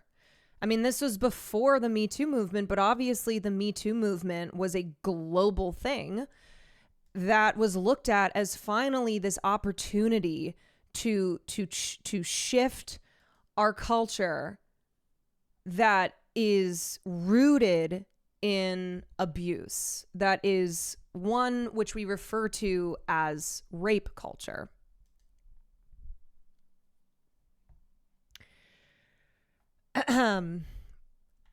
And so,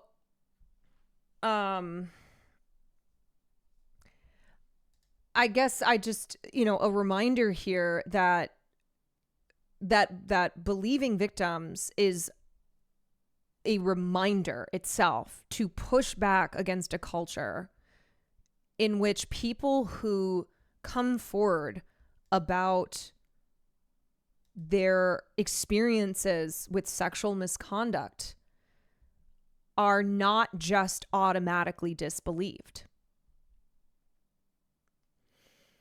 I I just waited to see what was going on early during it happening. There's literally no need to run defense for strangers accused.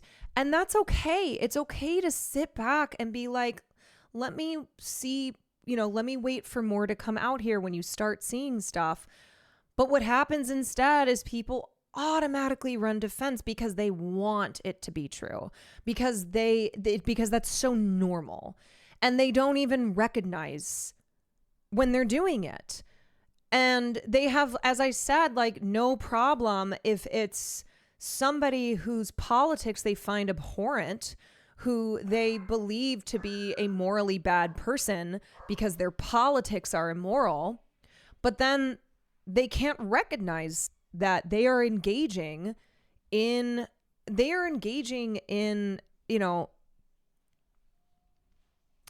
the dismissal of taking allegations seriously when those allegations are against someone that they like. When it's against one of their faves, that's what happens. Also, let me think, everyone who's, hold on a second. Sorry, I know I've been ranting. Pinochet, Pepe, Maggie, Chickle, Be Still Refine, Gianadon, Filibuster. Thank you all. No, this is a good rant. I know. I just have to like take a little break because I'm going to combust. I'm going to fucking combust. I am. And I want to read some of your comments here. I want to extend this lesson from South Asia. This is a cautionary tale about what happens when the left is allowed to be an elite man's club. The left in South Asia has failed its people because it was simply allowed to become an upper class and caste structure. The reason behind the failure is the lack of intersectionality and the refusal to listen to the voices of the oppressed.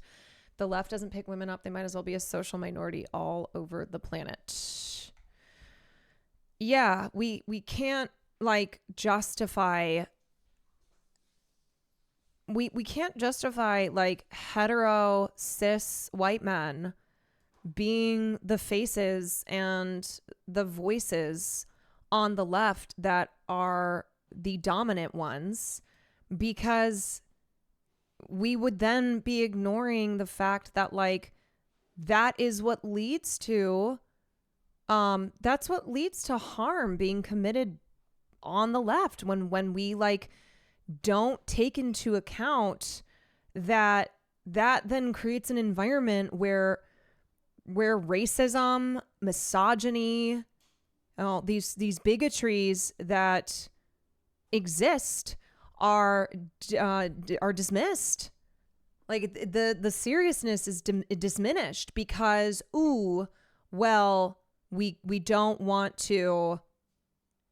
We don't want to bring down, we don't want to like shine a negative light on this kind of stuff because it's bad for the cause. And it's like, well, maybe the cause needs to center itself around intersectionality. Maybe we need to be uplifting and putting people, into positions of power who are not just all cut from the same sheet.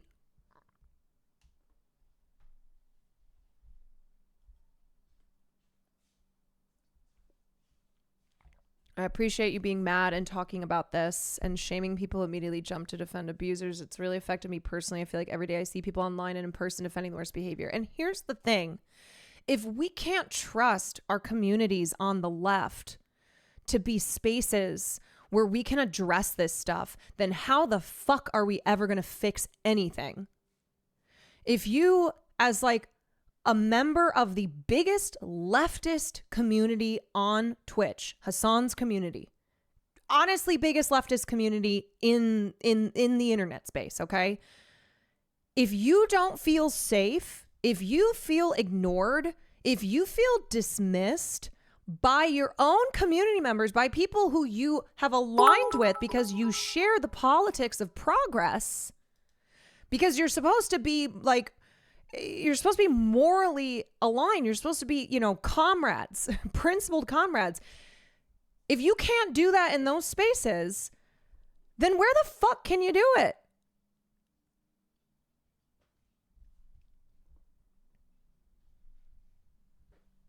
And please know please know that when you wave away transphobia, when you wave away misogyny, when you're like, oh, whatever, you make excuses for that stuff because, there's more important things. Oh, we got to take down capitalism. Oh, well, we got to fix class inequality. Right? Like, when you do that, the message that you are sending, the people around you who are being hurt by these things, it sucks. It makes you feel like, well, what's the fucking point? You don't recognize that this is all part of the fight, that these are like systemic issues that also, as individuals, we have to be accountable for our behavior. Because I think that's what happens is, like, leftist guys who are engaging in abusive behavior, they will talk about abuse, they will talk about misogyny as like this systemic thing, and they won't see it as, oh, individuals are absolutely capable and not just capable, but enact on that capability. And so it's something that, like, as an individual, you have a personal responsibility too. Ableism needs to be called out more too. Yes, I mean, I see this stuff get dismissed and in a really cruel way a lot of times as well. I mean, it's the same thing. Similarly, it's like, man, when your favorite content creator says something, uses a slur, says something that's revealing of their blind spot, whatever it is, they have to be accountable. And it doesn't mean that that's the entire measure of their character, but this whole like, no, we can't call this stuff out. Well, if we can't call it out, then how the fuck are we going to expect things to change? How can we sit here and be like, no, the right is the problem. No. These are issues that stop when you get to the political line of demarcation.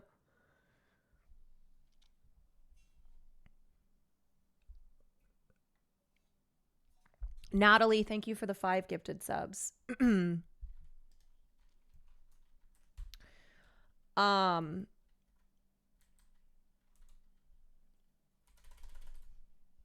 agree we should center the victims, but it's also important to recognize he did betray you and others, even if he wasn't directly No, for sure. And I think that is something that I'm going to have to like work out in my personal life. That's the type of thing that,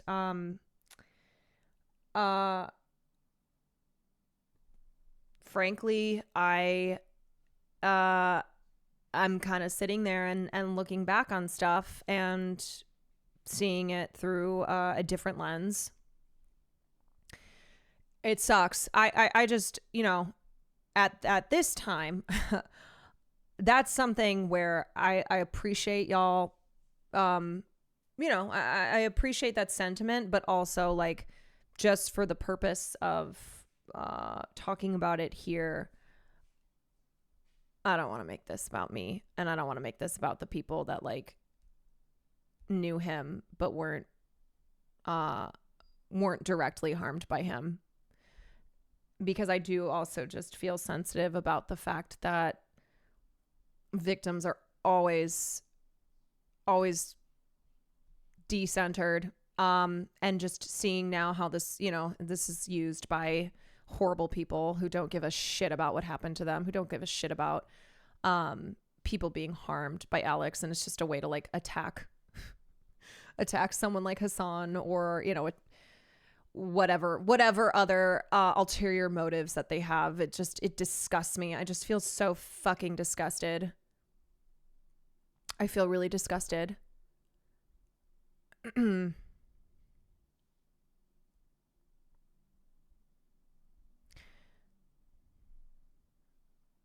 And I'm just like, man, what are we going to do here, y'all? Thank you, Legit Salvage. Amsterdam, thank you for the bits. What are we going to do here?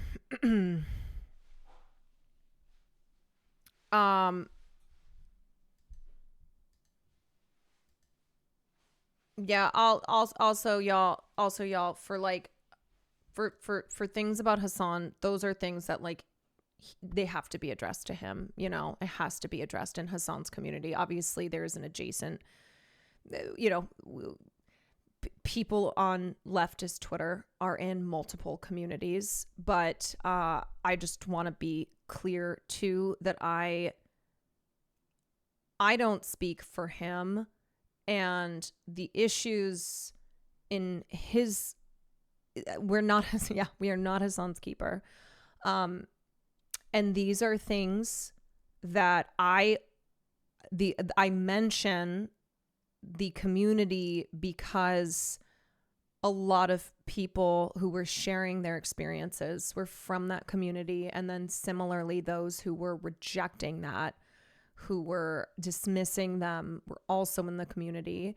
And because too, it is the biggest leftist community. And so I am asking, this is yet again another plea for people who are maybe in both communities, or any, you know, if you're listening to this, like, we have to do better. We have to be better. And if we can't be, if this is how we are, then how are these systemic changes gonna happen? If we're not taking personal, you know, if we're not taking account of our own lives, our own beliefs, then how do we expect others to?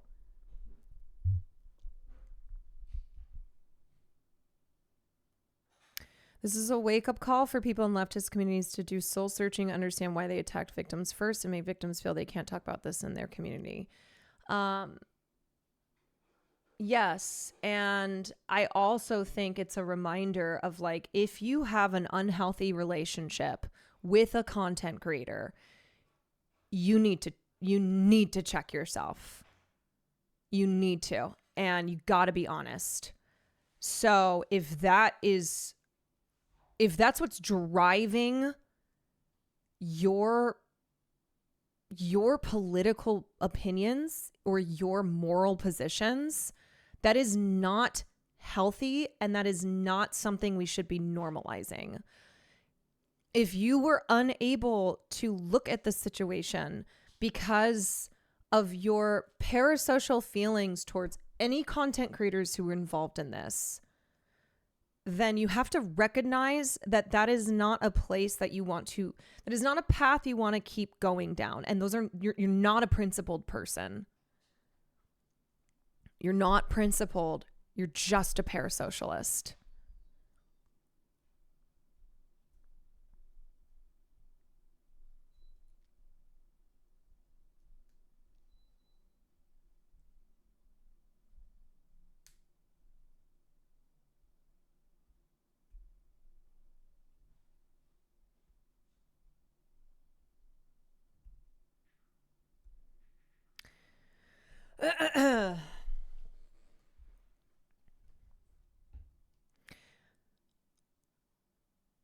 And I think too, look, I know I know the accusations of grifting to the left are very silly and often disingenuous, and you just simply cannot grift to the left in the way that you can grift to the right, given the lack of infrastructure and money on the left in the way there is on the right. However, I think what is true is that there are leftists who care more about internet fame and clout than they do actually espousing the beliefs of the left.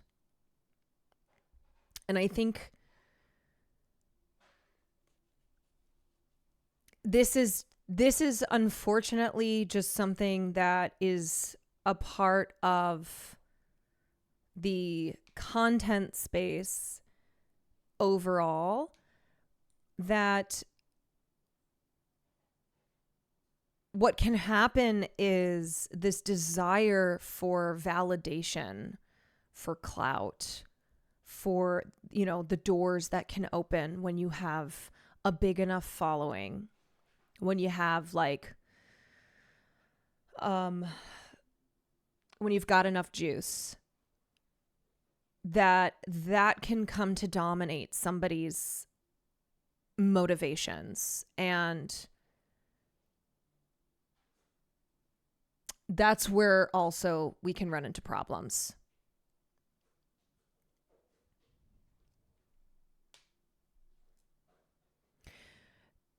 Anybody, like, it's a weird thing to have any type of celebrity nature around politics, you know? And it happens, and it's not always something like you can control, but there is something that I think, being on the left, you do have to be checking yourself, because there's something that kind of feels like almost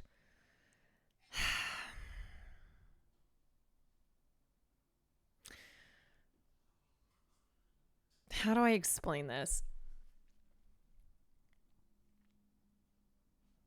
So I think the problem is the way that we treat celebrities. Okay, our celebrity culture. That's where we start off with. There's just the problems that we have with celebrity worship, with celebrity culture, how we just love putting people on pedestals. And then we treat celebrities really weird. And so when somebody becomes a celebrity because of politics, starts getting into this tricky, strange territory. You know, it's like one thing to become famous, to become known, to become a celebrity because you make great music, because you're on a popular television show, because you've produced something, you know, of art that just that just a lot of people love you for that. They love what you have created for them. But that starts, you know, in this world where now like anybody can be a celebrity and people can become celebrities for anything. And it becomes, you know, that's been assisted by the internet. I think as a leftist, you kind of have to be honest with yourself and go, well, what am I actually doing here? What am I actually in pursuit of? Am I getting caught up? Am I getting caught up in the fame? Am I getting caught up in, you know, in kind of the allure of celebrity here? And I think that's something that happened with Alex. And look, I've only known him a year and a half. No, not even. Like less than that. But so I don't know how he started off. You know, I don't know if this was something where like along the way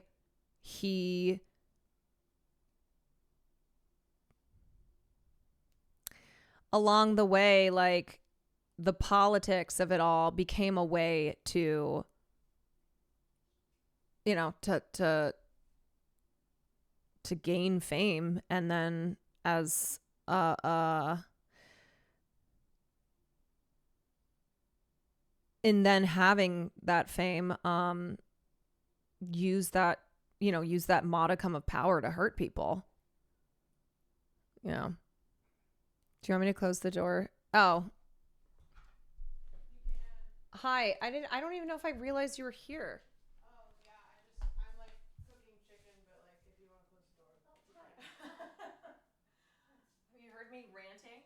Yeah, I'm listening to a stream. Yeah. I also messaged Will because I couldn't find the kitchen light. Oh shit. And I was like trying all the lights, and you were like talking about stuff, and I was like, I don't want to bother right now for this. And so I messaged you. I was like, where's the light? That's so funny. No, I'm gonna leave it open because I get so hot. If you don't mind. If it gets loud, like just close it out. No, that's okay. If it gets too loud. Okay, food in 1 hour. Yeah, sorry. Here's a cry moment. Crumpets, thank you for the gifted. 13 long sleeves, thank you. Liminalist, thank you for the prime. Ugh. And like I said, I just wanted to mourn the sweetest girl in the world. I just wanted to do that. But unfortunately, no. Because humans, unlike dogs, will do some real fucked up shit.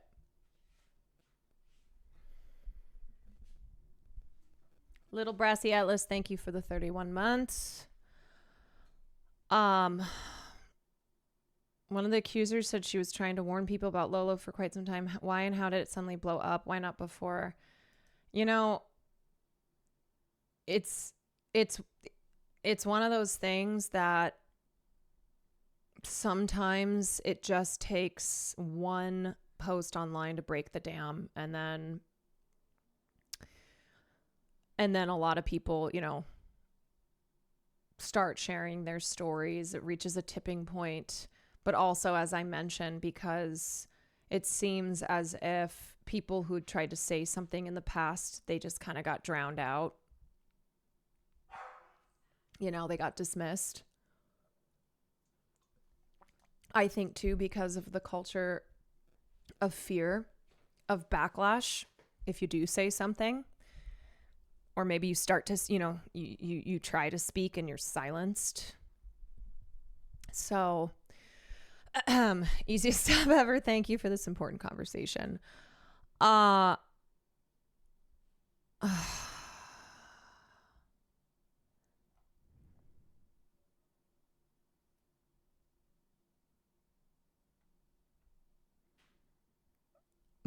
that this is an equivalent, but for context, Castro literally tried and executed high officers in his ranks if they were found to commit crimes like rape. We absolutely have to hold people accountable, or this shit will not work long term.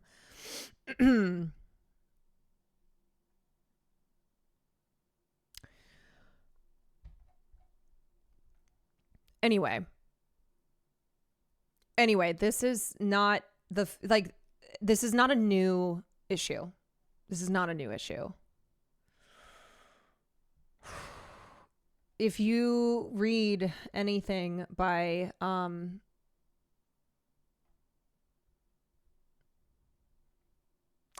if you read anything by women who were involved in like civil rights and early radical movements, they'll talk about what it is that they had to deal with, and the sacrifices that they were expected to make in order to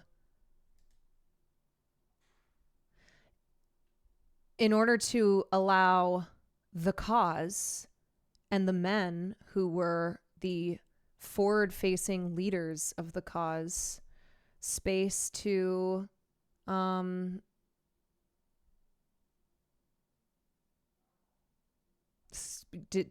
basically do things the way that they wanted to. And I think one thing I always look at is like, the fact that we have these conversations often, that we name our experiences, that we call out, we call out these harms, and we call for our communities to be better. Like, that is definitely a sign of progress. You talk to, like, just in my own life, older women that I talk to, and how they weren't having these conversations. They didn't feel like they could say anything. It felt like this is just how it goes. And in order to survive, you just have to shut up. So it's good. It's good that we recognize this, and that, this is something where in our individual lives, we have to push ourselves to be better. We can't just identify everything as like, oh, that's just a systemic problem, nothing to do here. This is also a matter of individual behavior. And holding the people in our communities, holding one another accountable. I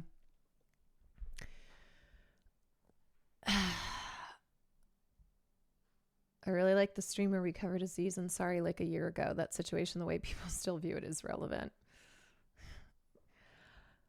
Yeah, and every time we have this conversation too, I always know, I'm like, this is gonna be annoying. This is gonna put more gray hairs on my head. But have this conversation we must.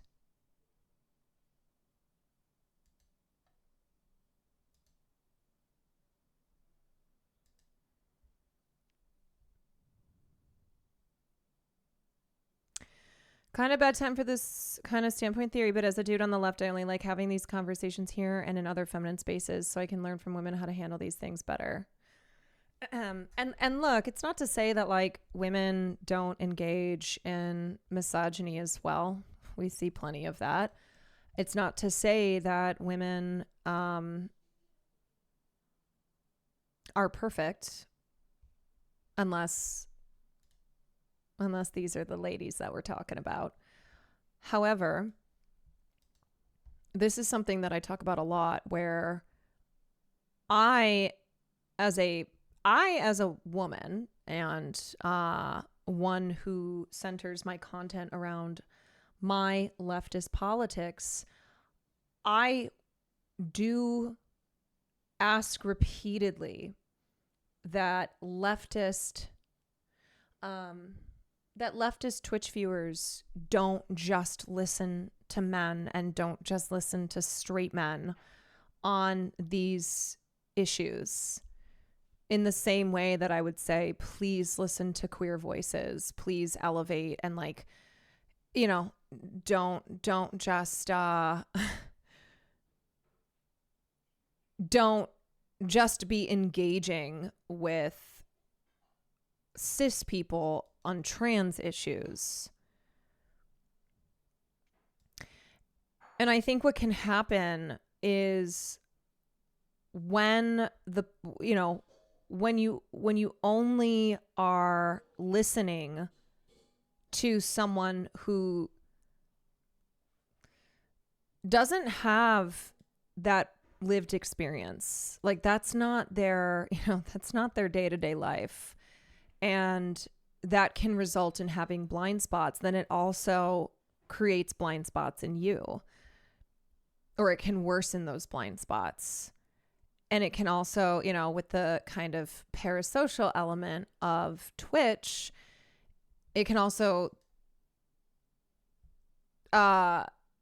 inadvertently create or justify your own bad behavior.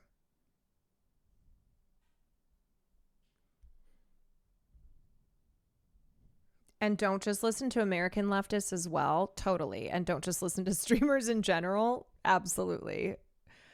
Yeah, I mean, this is something that I'm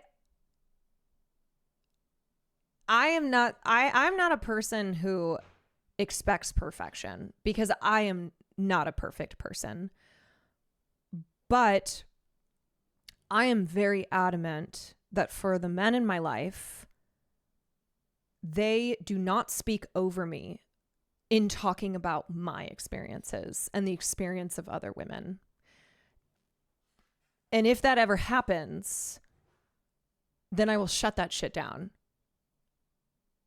I will never have straight men speak for me in the same way that, you know, a member of any oppressed group should not have to have a member of the in-group be speaking for them and only have people listening to them. And now I would never say go, you know, there are, of course, women out there who I'm like, no, they are bad role models. Those are not women that you should be being informed by. Namely, someone like Candace Owens, okay? I talk about her all the time. She has a huge platform. She has big reach. And she is very harmful. So, no, I don't think it's just something of like, oh, well, that's a woman, so Caroline told me to listen to her, and now I'm saying the same shit that she is. And a lot of times what will happen is those women will be tokenized. Those women will be uplifted in these spaces because they're saying the shit that is reinforcing these really harmful systemic the systemic abuse.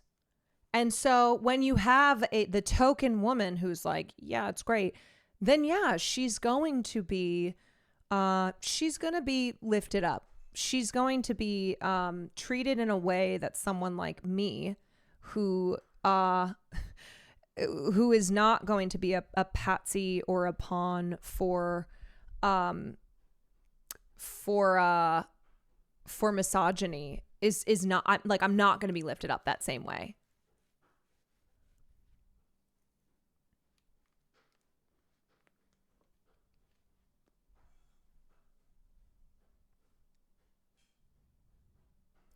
At the end of the day, we all need to be able to decipher healthy role models for ourselves. Yes. So, you know, the most I can do is I know who I am. I know the things that I believe in, and I try and live the best that I can in upholding, in you know, being consistent and having a moral compass that I am consistent with.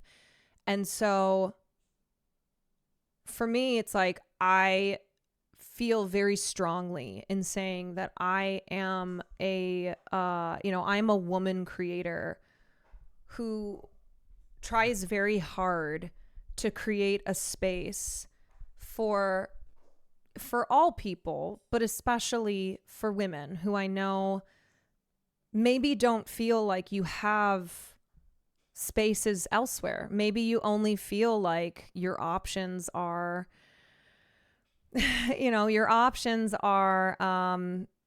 communities with creators who just don't personally relate to you. So I have no shame in being like, I absolutely try hard and am very dedicated to this being a community that fosters that fosters like safety and good, productive, healthy conversations that center women's experiences, because I am a woman. And so I just hope too, you know, I like I said, I want this to be a community that all people would feel welcome in, but especially like this is kind of, I guess, a PSA to women who I've seen express frustration at the misogyny that they experience in leftist spaces. That like, I get it. And I try very hard as someone who experiences this too, to call that shit out and to provide a space that you can come into and know that like, I get it and I relate to you.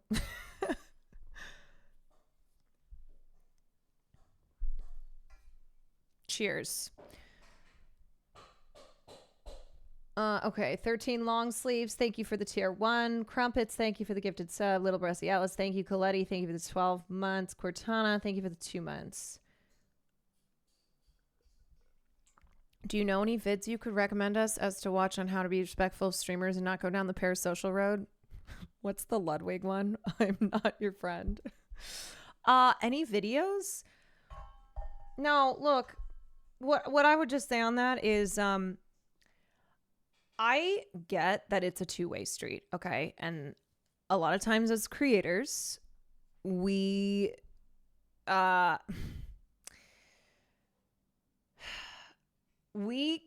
creators can be parasocial or like foster that with their communities as well. And it's not to say that like all parasociality is like bad across the board. I think what happens though is when it goes from, when it's like, yeah, I'm a fan of this person. I like what they're, I like what they do. I like this. So obviously I'm here. I'm a part of it. To like when you pass the point of it being normal and healthy, and especially with political viewers, you have to really be careful, because I get that you can feel this like attachment and this, it's like these are things, this stuff is so important, and it's if it's it's hard out here and there's not a lot of us, and so somebody who's like saying those same things, you can feel grateful for, you can feel attached to, but then it can lead to a point where you are only caring about things and only repeating what someone is saying because that is the only opinion to you that matters then. So you just want to, it's just a caution against having an unhealthy obsession with a political creator to the point that you're unable to see them critically at all. Okay. So like if somebody levels criticism at them, that's fair. Then you like cannot handle it. You reject it, like unable to find fault whatsoever, not holding them accountable. And then also that like there are things you do not think warrant any seriousness or any consideration because it's not something that your streamer covered that day. Not a political streamer, but Vanilla Mace just had a lecture chat on not being parasocial with her. Yes, I know she's had some issues. Josh, I imagine all my streamers calling me slurs every now and then. It snaps me out of it, keeps me on my toes. You're like, okay, yep, nope, I get it. I understand.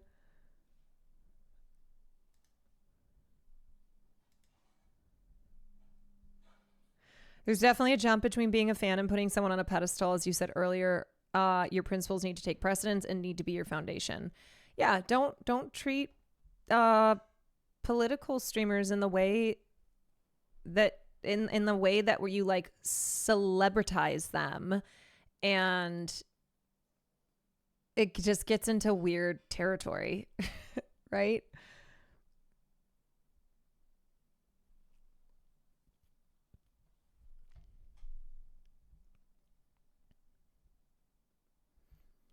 Also, probably a good idea to not take the persona your favorite creator exhibits on screen as the real them. Yeah, I mean, there's just always... You see what you are allowed to see, I guess, you know, even people who are public facing, who have public lives, have private lives as well. And it's just, yeah, it's just a reminder that you don't know what's going on in people's private lives. So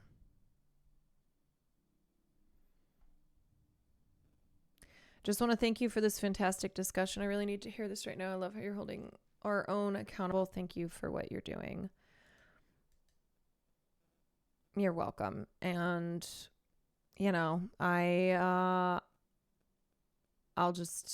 say again that it really sucks. I'm sorry to the people who were harmed. I'm sorry to those who tried to say something.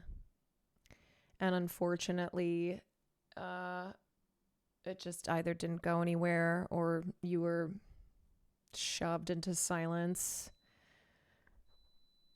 And that's okay. Are you good? Yeah, it's just done. It yells when it's done. Oh, I was like, is there a fire? What was I saying? Yeah. And it's something where, you know, I am taking stock right now of my relationships, realizing that. Yeah, no worries. Realizing that I can engage in enabling somebody without knowing it, or with, you know, not calling out behavior that if maybe I, you know, get a little like, oh, that was weird, but whatever, you know, it's just being accountable in my own personal life as well with this kind of stuff. Who's cooked in your kitchen more, you or Sam? Honestly, it's even. At this point, I think we've not going to say how many times. Not going to say.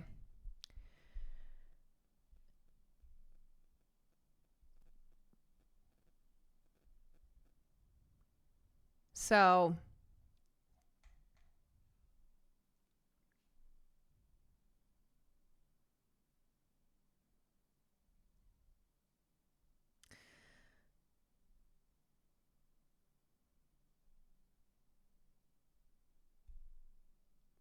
anyway, I don't know, you guys. I don't think I don't know if I have anything more to say on that. Right now.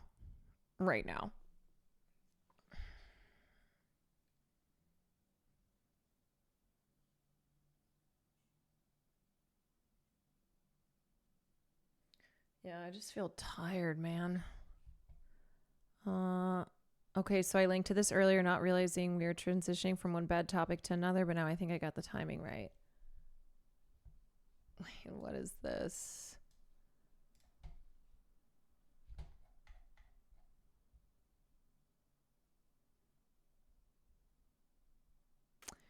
It was a great conversation from your end and chat's end. Yeah, thank you. I appreciate I appreciate this community a lot. I appreciate the ability to have mature, necessary conversations in here. I hope to anybody who feels that I was speaking to them when I went on my little rant, I hope you know that I just want you to be, I just want you to do better. Okay. MAGA stands for my ass looks great, an American Eagle. Oh, sorry, I just took a huge shit.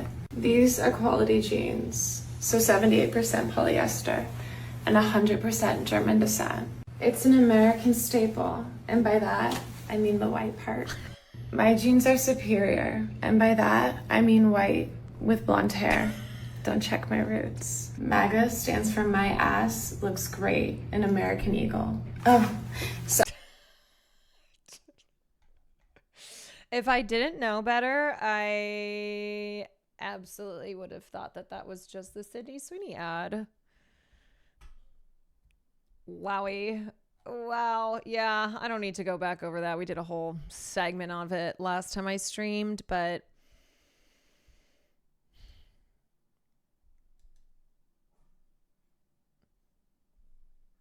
Sydney, you know what, girl?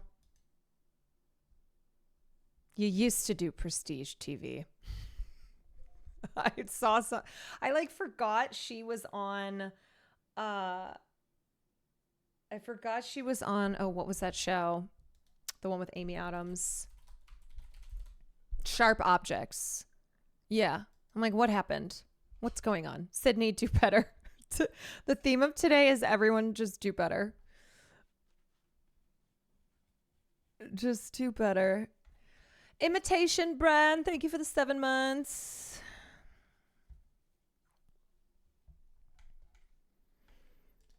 Yeah, the ending of Sharp Objects was so fucking good. SS is her initial for a reason. Oh no. Not like this. Oh boy. Do you want to talk about Hayley Williams' surprise album ish and how she might have broken up with her partner bandmate? Joke just about talking about it. This did maybe actually happen. Wait, she dropped a... I honestly feel like I've been out of the fucking loop.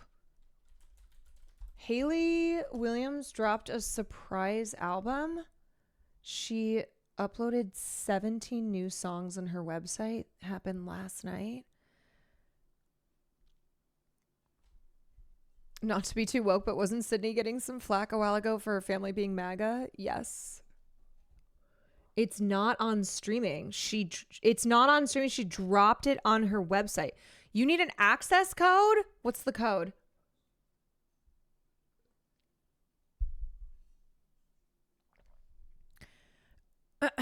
Submit the exclusive Good Die. Is it 6969? No, that's invalid. Okay. Hold on. Sydney, no. Sydney, no. What the heck? Oh my God, this looks old school. This is a throwback. This is kind of what my desktop looks like. It just has stuff all over the place. Wait, this is so sick. Okay, give me what's have you listened to all the songs yet? The background's a doggy. I just noticed that. Oh, that's so sweet. Okay. What's one that you recommend? Early aughts vibes. Straight up. Oh my God, I love this. I love it. Disappearing Man is ruining lives. Okay, let me listen. Disappearing Man. There we go.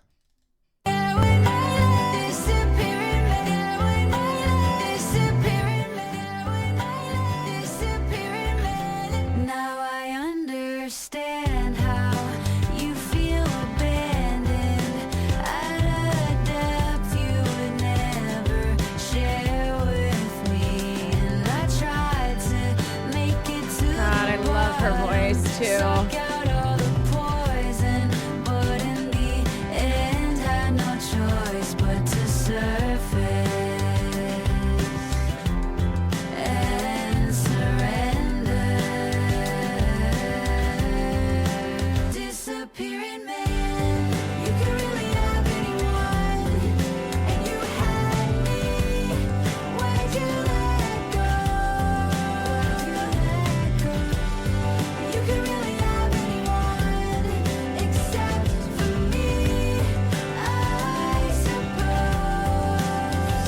I know, this is we're kind of back to emo Monday.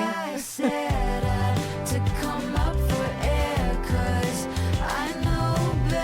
is such like a fun way to release new music. I love this.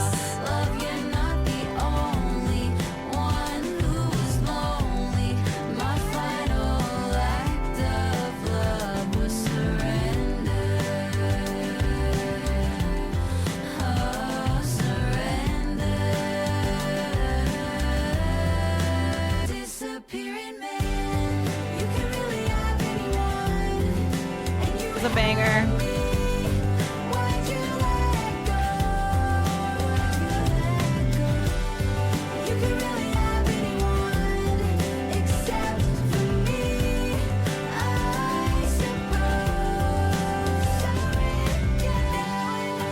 Disappearing man, disappearing man, disappearing man. Won't you just surrender?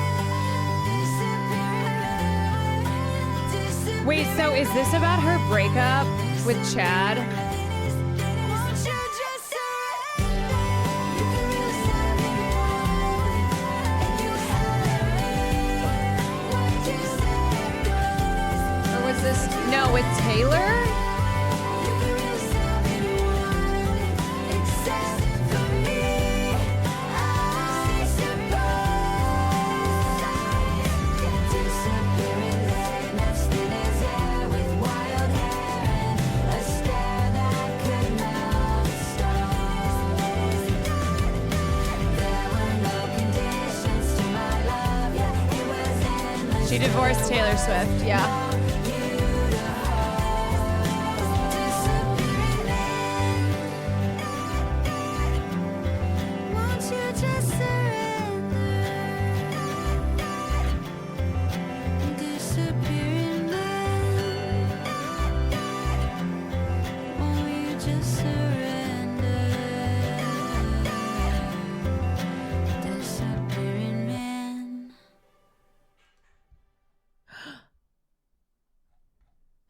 Like, here's the thing, okay? This should be how we consume music, actually. Here's the thing. This rules. This is a whole ass interactive thing, okay? You have to put in a code. It takes you to this website that looks like it's from 20 years ago. And it's like, oh, and there's a folder that says miscellaneous. What is this? Hello? I'm sorry that you're going through something hard. I'm sorry that you're going through something hard. This is a desktop from 20 years ago, and you can move it around. That is so cool. That's the coolest thing ever. That's sampled on the song Kill Me.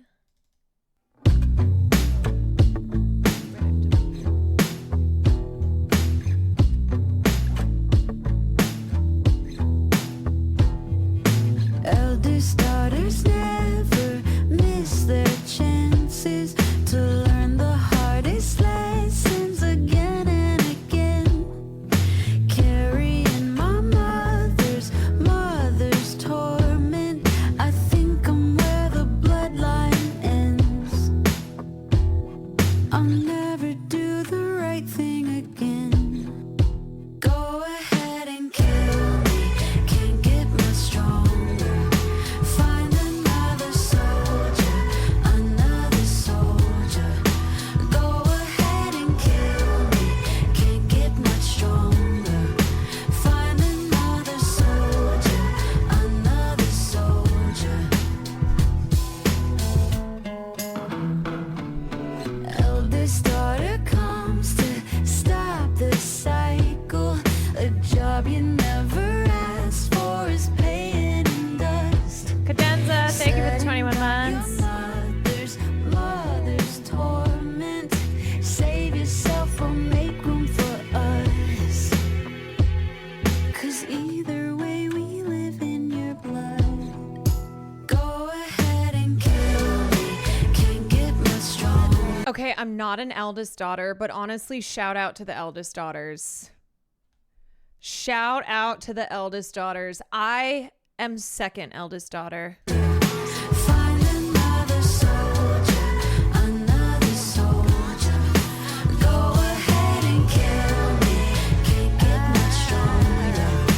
Find another soldier, another soldier.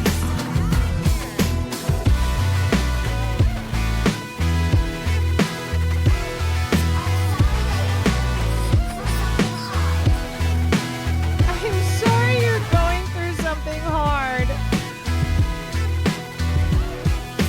Love you, Carolyn. Thanks for always being the voice for the voices. Go ahead and kill me. Can't get much stronger. Find another soldier, another soldier. Go ahead and kill me. Can't get much stronger. Find another Like, did Haley know that this Monday was just going to be a hellish Monday? another soldier. And she went, you know what? I'm going to drop 17 new songs. Find another soldier, another soldier.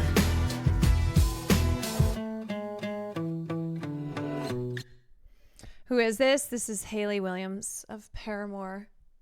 She released 17 songs, but it's on this website. So didn't put it on like Spotify or anything. Play disco. Okay.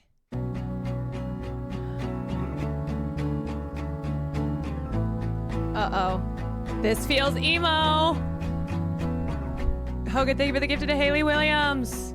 Barbaric bliss, teeth gnash when we kiss. No wound to lick, 'cause the hurt is hidden. Don't you miss when I used to smile? Blood on my lips, you start to cry. Barbaric bliss. What happens if you try and drag one of those? The hurt is hidden. You and me, baby, ain't nothing but mammals. So let's do it like they do on the Discovery Channel. You and me, baby, ain't nothing but mammals. So let's do it like they do on the Discovery Channel. 20-something years. Haley Williams dropped 17 new songs. Oh, you know? Playing How you find out about this in the midst of everything going on? and now we're all Wait, did you listen to the soundbite? gonna sit down and we're gonna finish it and guess what? Take this. She made this for you. Oh, oops. Oopsie poopsie. Oh, excuse me. She made this for you, unplugged. Ready? Yeah. Oh, okay. I'm sorry that you're going through something hard. Thanks, child. Is that a random child? I'm sorry you're going through something I'm sure you guys do something hard. Thank you, child. I've been like That fucking child's with Farley enough for so you. much that anytime I like start walking towards him, he sprints to the other side of the house and then waits. Are you having fun? Are you having fun? Go get her. Go get her. Go get her. Your turn. The hurt is hidden. You and Oh, yeah. me, Bring 'em over baby, here. ain't nothing but mammals. So let's do it Okay. like they do on the Discovery Channel. This isn't gonna make any sense. Yeah, because these are just gonna look like weird ass little things. But these will be the best. Wait, is that what you ended up having to cook it in? You guys, I don't have any pans. Also, do you have tortilla chips? Do you want to taste this guac? I do. We don't have tortilla chips. I bet those are gonna be fire, but it looks They look so stupid as hell right so now. white lady food. They're so good. Mmm. You're like, That's good. That's Yeah. good guac. yep. It's gonna be so good. Chat's gonna see them after they're done and be like, And be like, okay, all right, I fuck with that. Farley, come here. Come here. Let's be emo. You and me, baby, ain't nothing but mammals, so let's do it like they do on the Discovery Channel. Let's be emo. I can't hear you keep ripping me open. Yes. I can't feel I you know, keep I ripping me open. No, you have to stay. No, you I can't hear you keep ripping me open. You said we shouldn't eat. I can't feel you keep ripping me open. You and me, baby, ain't nothing but mammals, so let's do it like they do on the Discovery Channel. You and me, baby, ain't nothing but mammals, so let's do it like they do on the Discovery Channel. You and me, baby, ain't nothing but mammals, so let's do it like they do on the Discovery Channel. You and me, baby, ain't nothing but mammals. I like that every song so far has felt different. On the Discovery Channel.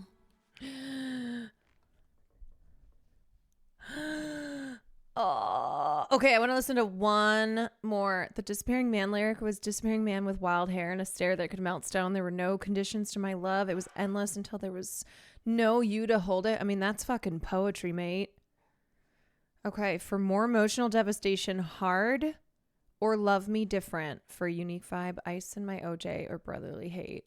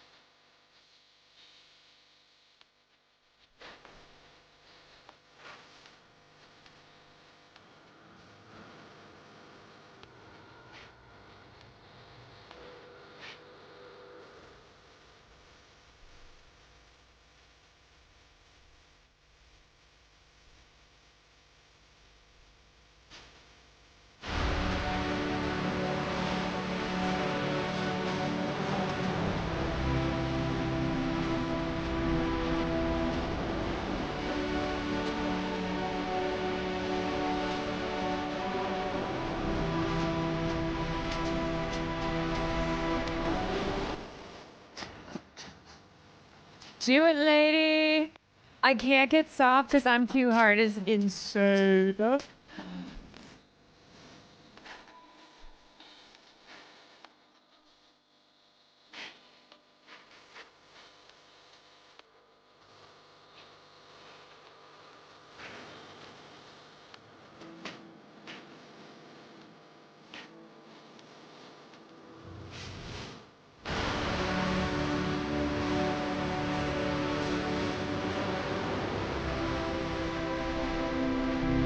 Do it, lady.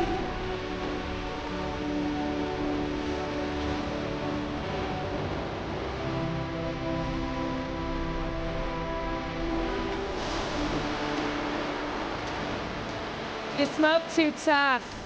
You swag too different. You bitch too bad. They'll kill you.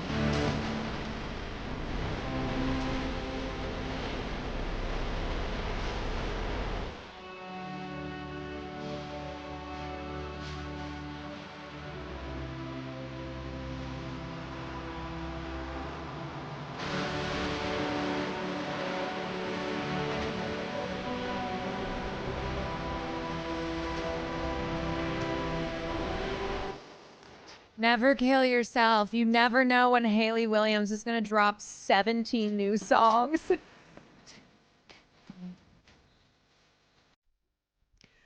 Ah! Okay. One more. Let's do. Okay. Ice and my OJ are brother free.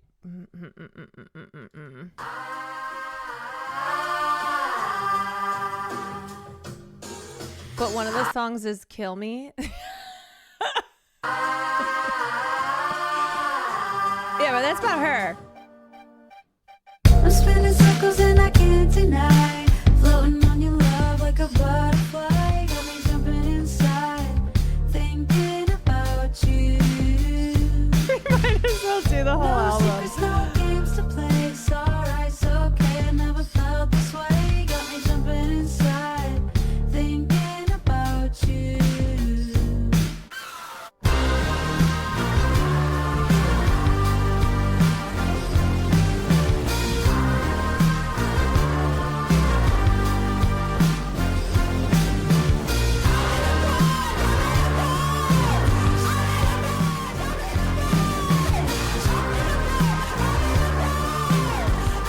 You know what? It feels like she made the album. I mean, I don't even know if she's calling this an album.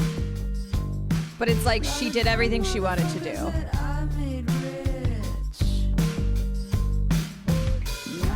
This also feels like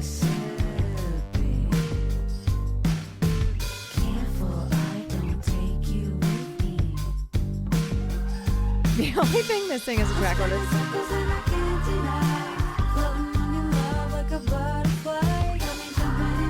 I kind of like though. I like that there's no order. I like that it's just, I don't know, listen to whatever. This is called an emotional spread. Yeah, I mean, there's like, it's giving pop, it's giving indie rock, it's giving folk. It's giving it all.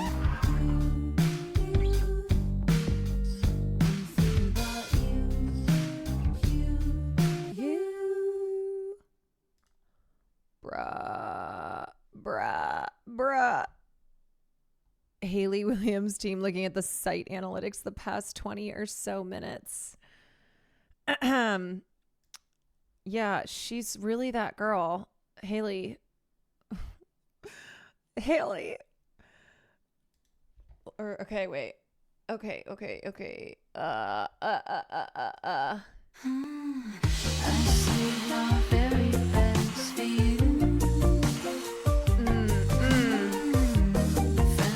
Yeah, I mean it does like it's different sounds, but also feels nostalgic too.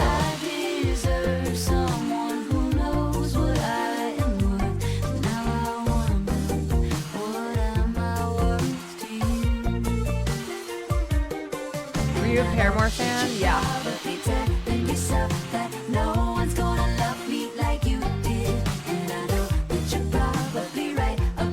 The only exception is still, I think, one of the greatest songs of all time.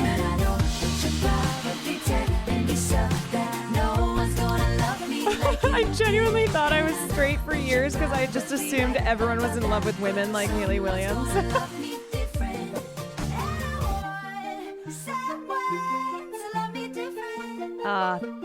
This is one of my faves so far.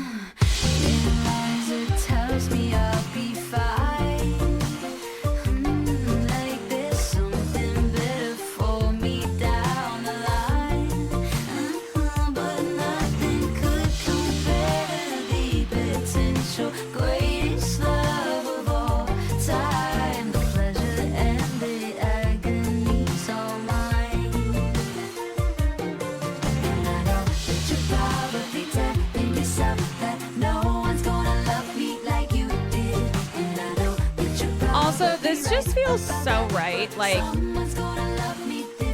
after a day of just being inundated with the shitty, disgusting behavior of another man, yet again, to have Hayley Williams release 17 songs. Thank you.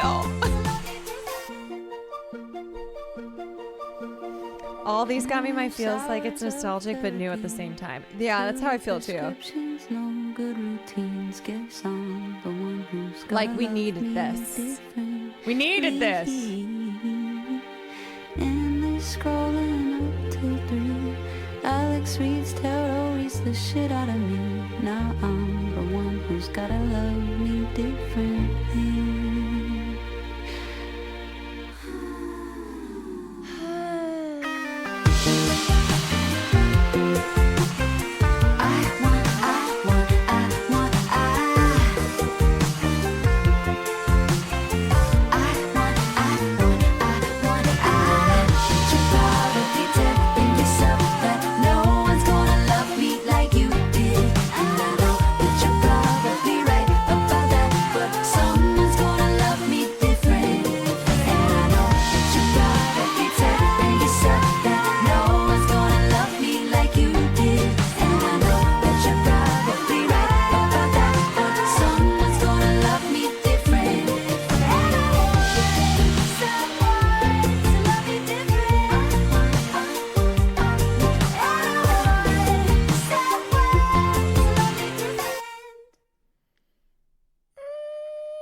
I think that's my fave so far.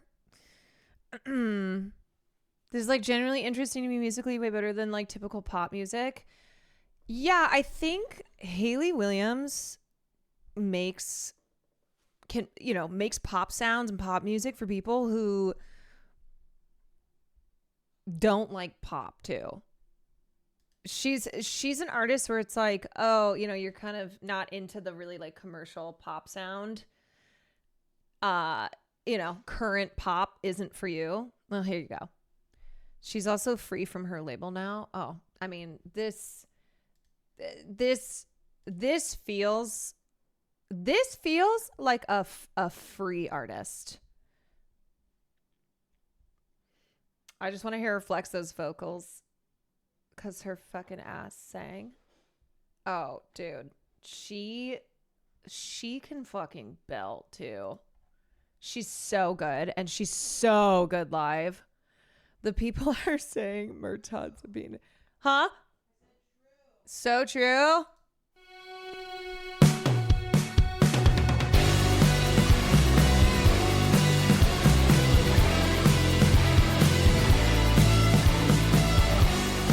Streets are saying.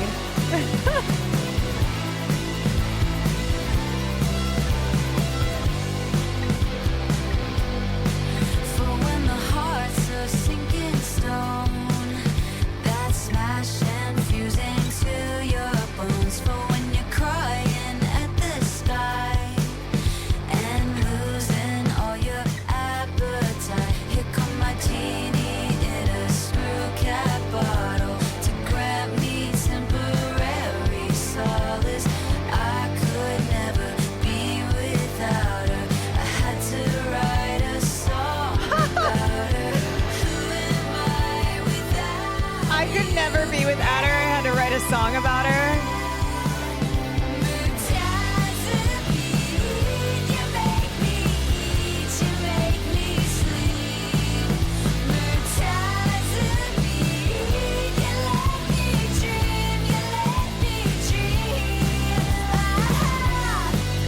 There is an order according to Reddit posts. I kind of like just the free discovery.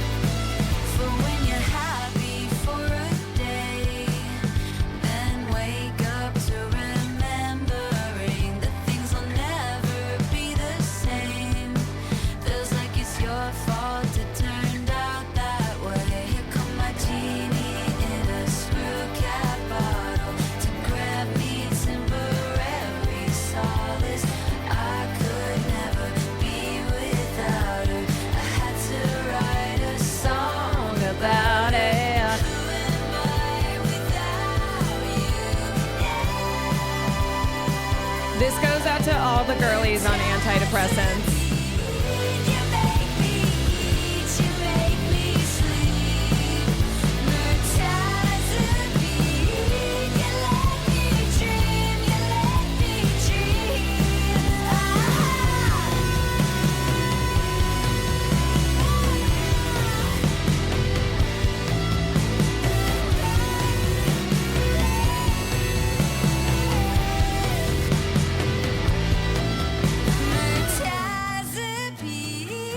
also feels like a movie soundtrack. Yeah, it definitely feels like something from like it feels like some 90s rom-com, like indie drama, or like early 2000s. Reese Witherspoon's probably in it.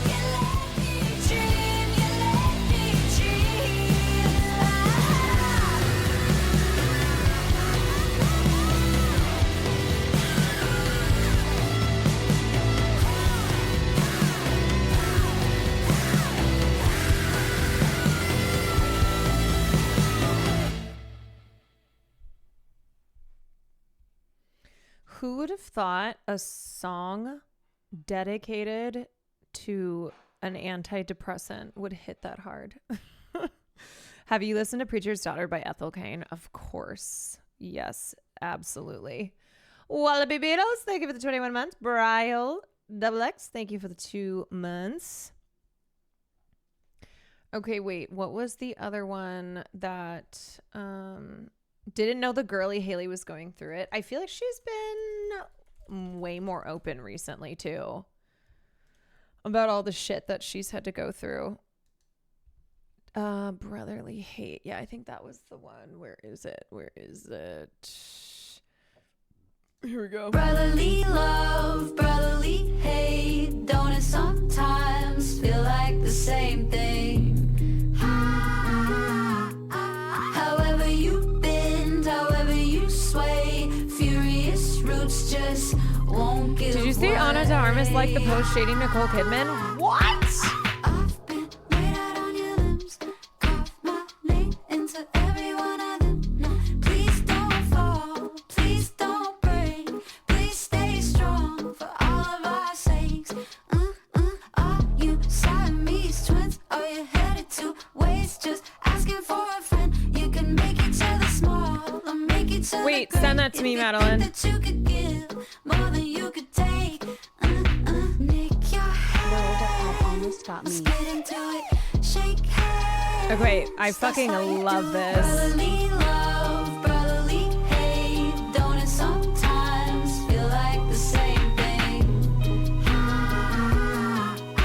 However you bend, however you sway, furious roots just won't give way. Blood oath, baby took a vow, unspoken, not on speaking terms. Now you could pick up the phone, you could pull up to his house, you could find out you're alone if you keep fucking around. You say that that's your brother, you'll always come around, you'll always have each other. Not if you never pick up where you left off. I love her like a bullet, I love her like I'm done. Let's get this shit together, motherfucker, sick of missing ya. Brotherly love, I mean, we're talking generational talent here. feel like the same thing. I'm surprised the album so far all slaps. I find most albums for most people end up being like 1 or 2 bangers and the rest are like eh. Furious roots just That's because we're talking about Haley Williams.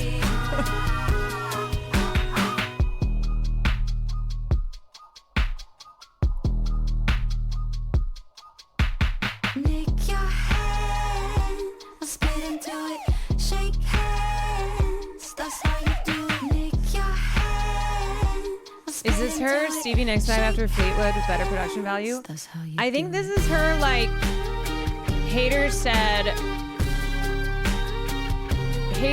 like your solo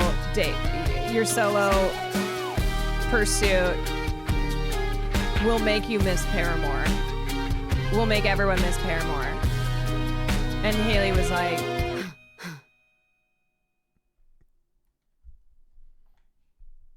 okay, hold on a second. I need to see what this post is. What the hell is this? Celeb mess when you keep it real. Hashtag Nicole Kidman. Let me just say that this is an example of how these like snarky celebrity focused accounts that are very often run by women cannot stop doing the misogyny, because this is shady as shit. Okay, when you keep it real, first of all, Nicole Kidman has had work done. Okay. This is like, what do you mean by keeping it real?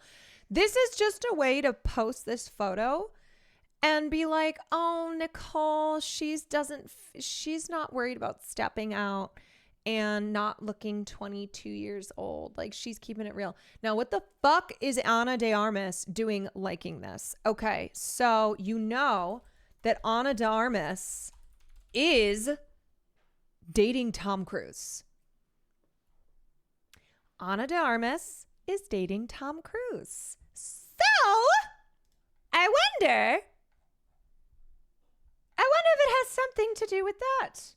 Because if you will recall, Tom Cruise and Nicole Kidman famously were married and famously divorced.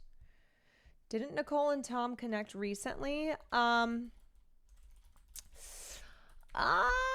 was something connected recently.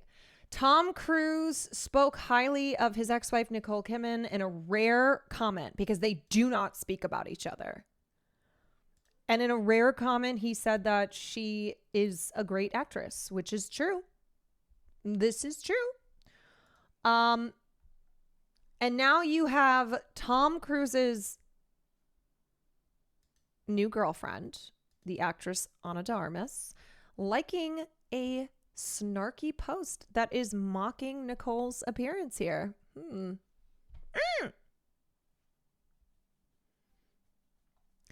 I able to put a recording of me watching this moment of your stream on a TikTok, or is this album still more private? I literally will not post if you say not to. I wouldn't put the song in it either. Probably don't.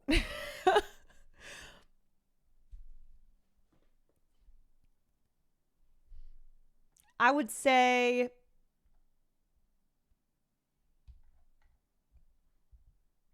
yeah. Well, I don't, you know what? Fuck it.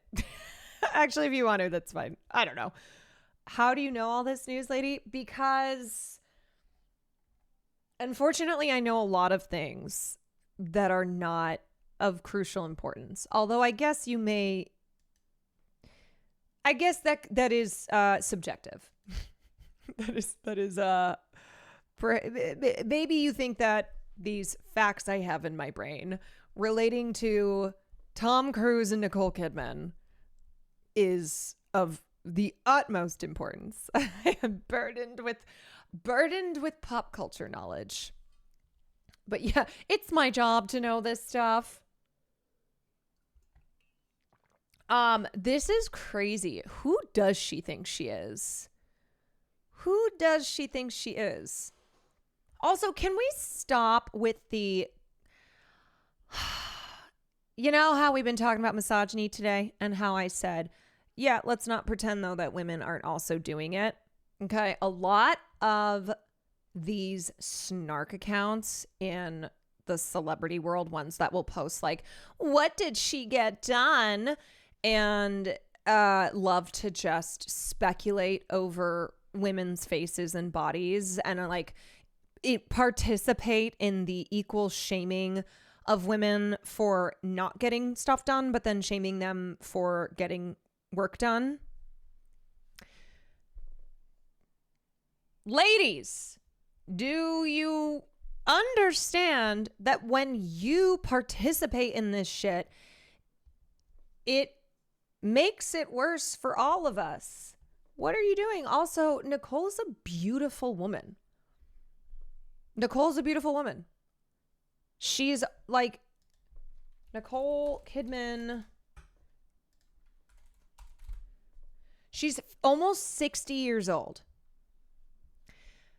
Almost 60 years old. Like okay, I don't know if y'all saw this week, but there was like a Twitter thread that was going around recently, and it's like aged like fine wine, and it shows a picture of a celebrity while they're young, when they were young, and then when they're older.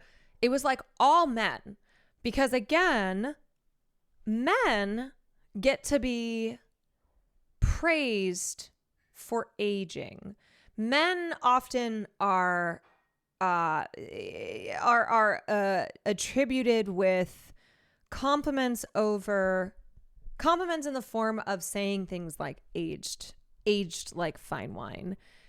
And for women, it's just saying really awful things about them. It's just being shitty. It's just being mean.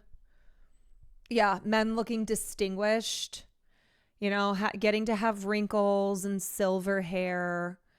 Whereas women, it's like, this is what you get. This is what you get. You know what? Actually, this also relates to this other thing that I saw. This is really sad. Fathers, what is it? What is it? I just got a nose job, yeah? Okay, wait, hold on. What is it about South Asian families and mothers and fathers? What is it? What is it? I just got a nose job, yeah? Paid for it myself, yeah? Growing up, you know what they called me? Everybody in my family? Busting man. As soon as I get a nose job, they're like, oh, why'd you change your nose? You were so pretty before. You're so pretty before. I'm 27 years old. No one's ever said that to me in my family. Yeah? What? I'm so sorry for yelling. I know people get really upset when I do that. What is going on? Am I crazy? You couldn't have said that when I was 7? Like, so valid. I'm sorry. So, what is it about? So valid. And what, like, I think some people don't recognize is what she's talking about is how from a young age, the rhetoric she was exposed to was like absolutely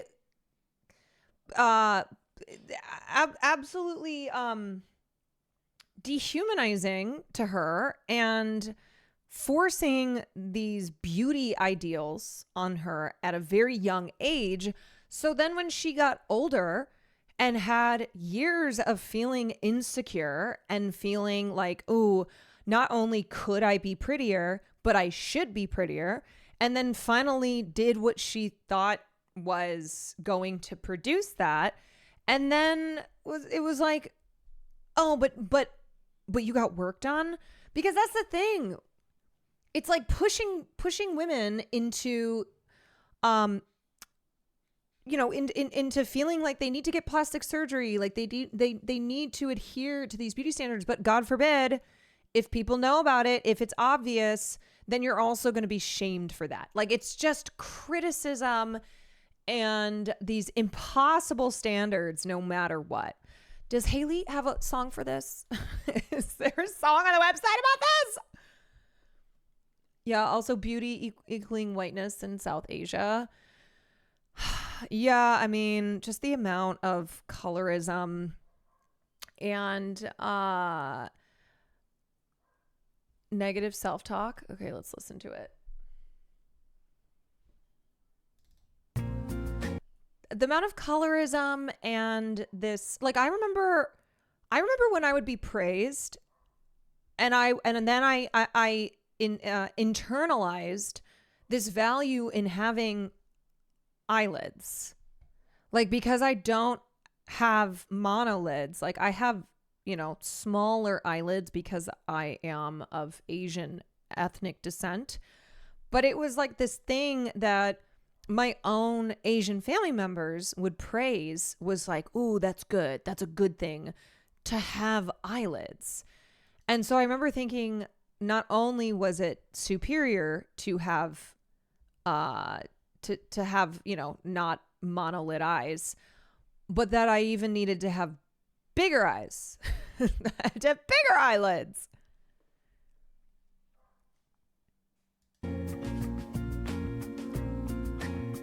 The proximity to whiteness in minority communities is being more virtuous.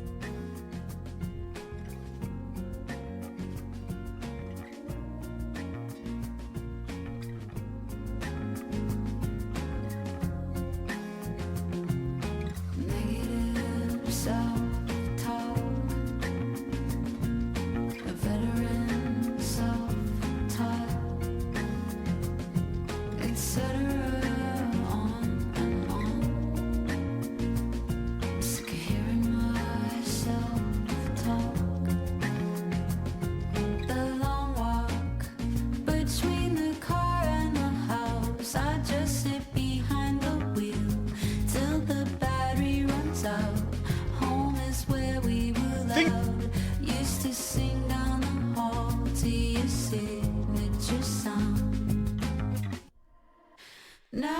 just so quiet. I hate this gorgeous house. Can hear my heartbeat over emptiness now.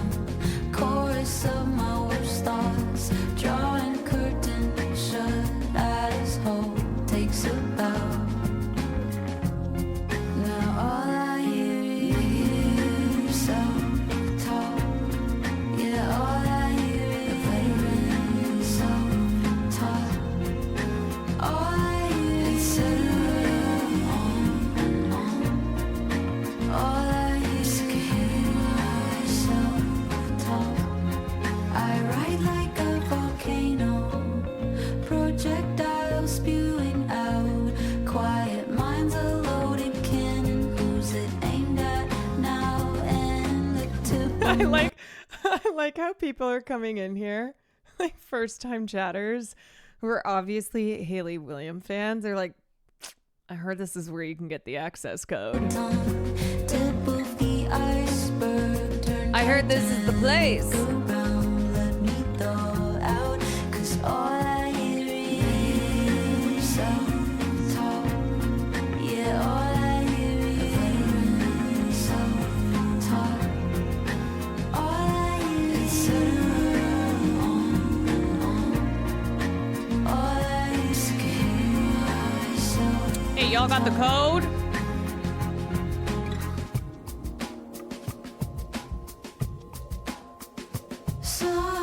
This is now the #1 Haley Williams fans community.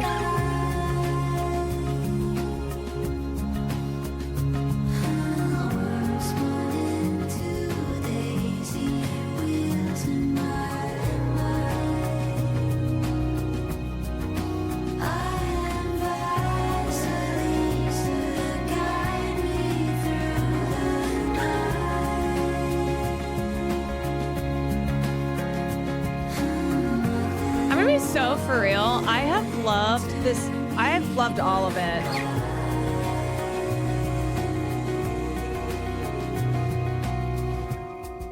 This feels like something that would have been in Jawbreaker. And I won't hear it. Like when she's looking over the pool and there's the like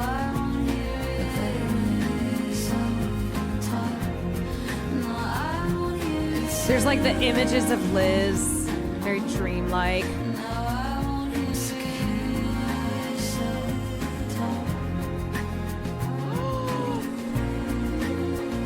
Oh my god. This looks incredible. Hold on a sec. Hold on, okay. Pause this. Yo, this album, wearing this 17 songs. I'm calling it an album. Unreal. Un-frickin' real. Yeah, Okay, that y'all. looks better than it did before, Hold right? on. This Homemade guac. looks authentico. Thank you. This looks authentic. For those of you who saw what it looked like before, this is the after. Wowee. Chef Sam. Try it. Okay. Taste test. I just did the same thing with Will. I'm in. Oh, you should. I said taste test. Oh, I always have him try it on my cooking streams. You can't have any. You can't have any. It's probably really hot, but it's cooling Okay. quickly. Here we go. Let me hold it up. So these are Sam's famous. I'm calling them famous. Famous enchiladas. Are your cooking streams going to turn into you standing around making Sam cook? Like it's Thanksgiving. You know, now that's an idea. Now that's an idea. Okay. Here we go. Big ass bite. Let's get some of this guac. Oh yeah. Ooh. Messy bite. Ooh, it's a big ass bite. Friday, you already had a bite of chicken. Yum. There's did you put? Yeah, you did lime. Hooray! Friggin' fire, dude. Freaking fire. Yeah, that was a humongo bite. Fire, dude. 10 out out of 10. 10 out of 10 because it's also made with love.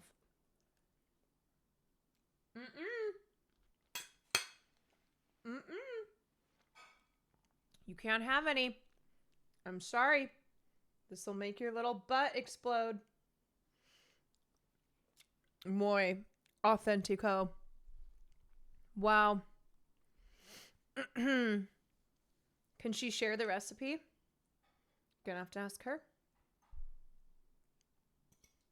She may, but then she may have to kill you.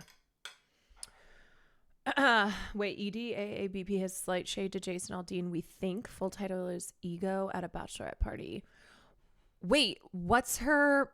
Does she have a history with Jason Aldean? I mean, that guy fucking sucks, so I would get it if she was just like, no, he sucks. Okay.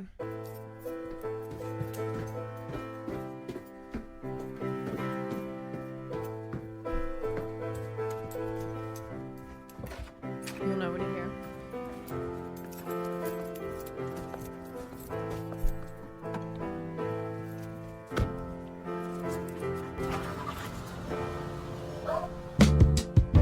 I'll be the biggest star at this racist country singers bar. No, you This is absolutely about Jason Aldean. shooting for the moon. No use chasing waterfalls. I'm the biggest star. This racist country singers bar. No use shooting for the moon. No use chasing waterfalls. Can only go up from here. Can only go up from here. Try that in a small town. From here. Can only go up. Can only go up. Can only go up from here. Can only go up from here. Can only go up from here. Can only go up. Can only go up. I'll be the biggest star at this bachelorette party bar. No use shooting for the moon. No use chasing waterfalls. I'm the biggest star at this Wait, she's saying no use chasing waterfalls? It sounds like Jason. bachelorette party bar. No use shooting for the moon. No use chasing waterfalls. Can only go up from here. Can only go up from here. Can only go up from here. Can only go up. Can only go up. Can only go up from here. Can only go up from here. Can only go up from here. Can only go up. Can only go up. Got too big for my britches. Too big for my fishes. The sea got shallower every day. I danced, I said my prayers. It never rained. And I just want to be in California. Having lives 'cause they all tried to warn us. They sent me right back from where I came. My tail between my legs on Broadway. Hogan, thank you for the gifted access code heaven. Biggest star at this fucking karaoke bar. No use shooting for the moon. No use chasing waterfalls. I'm the biggest star at this fucking karaoke bar. No use shooting for the moon. No use chasing waterfalls.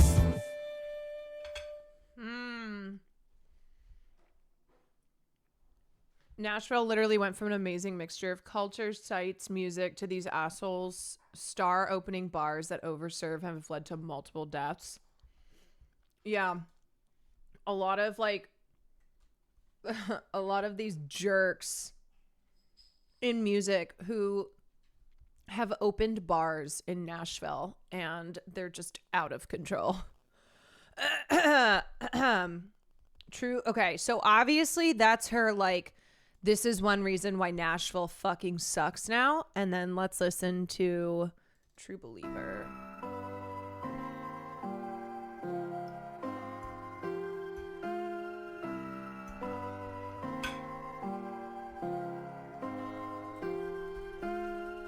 Tourists stumble down Broadway, Cumberland keeps claiming bodies. Also, if you don't know, Haley like came up in the Nashville music scene. So like she is she moved to Tennessee when she was a teen, and Nashville was like really a big part of her coming up as an Best artist. memories were bought and then turned into apartments.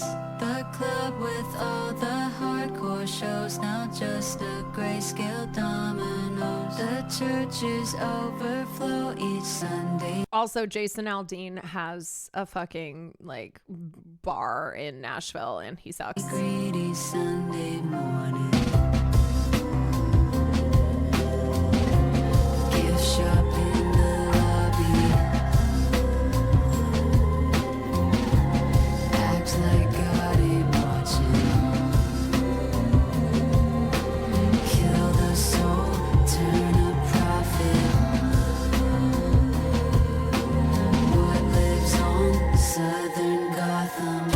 I'm the one who still loves your ghost. I reanimate your bones with my belief.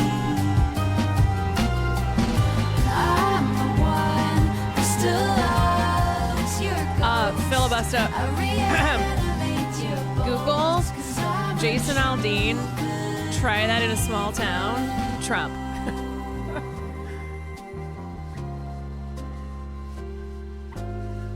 They put up chain link fences underneath the biggest bridges. They pose in Christmas cards with guns as big as all the children. They say that Jesus is the way, but then they gave him a white face. So they don't have to pray to someone they deem lesser than them. The South will not rise again till it's paid for every sin. Strange fruit, hard bargain. Till the roots, Southern Gotham. I'm the one who still loves your ghost. I reanimate your bones with my belief. I'm the one who still loves your ghost. I reanimate your bones 'cause I'm a true believer. I'm the one who still loves your ghost. I reanimate your bones with my belief. I'm the one who still loves your ghost. I reanimate your bones 'cause I'm a true believer.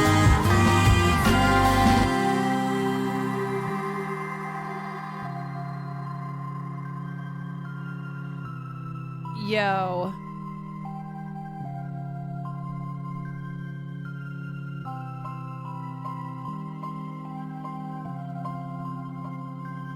Ruby, thank you for the gifted sub.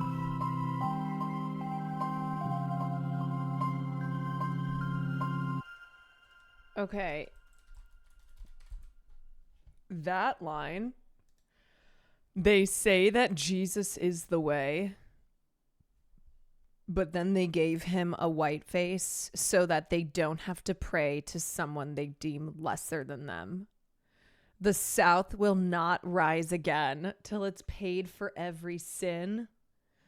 Strange fruit, hard bargain till the roots, Southern Gotham. Ooh. Ooh, when we talk about lyrics. They put up chain link fences underneath the biggest bridges. They pose in Christmas cards with guns as big as all the children.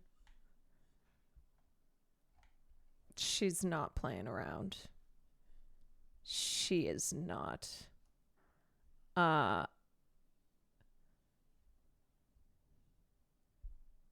Sheesh. Sheesh.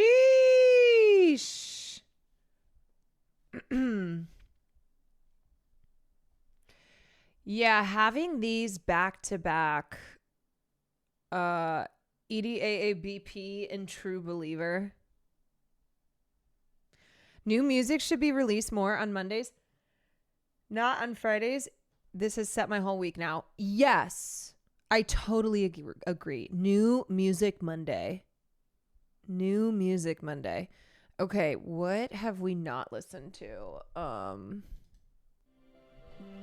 don't think we listened to this one.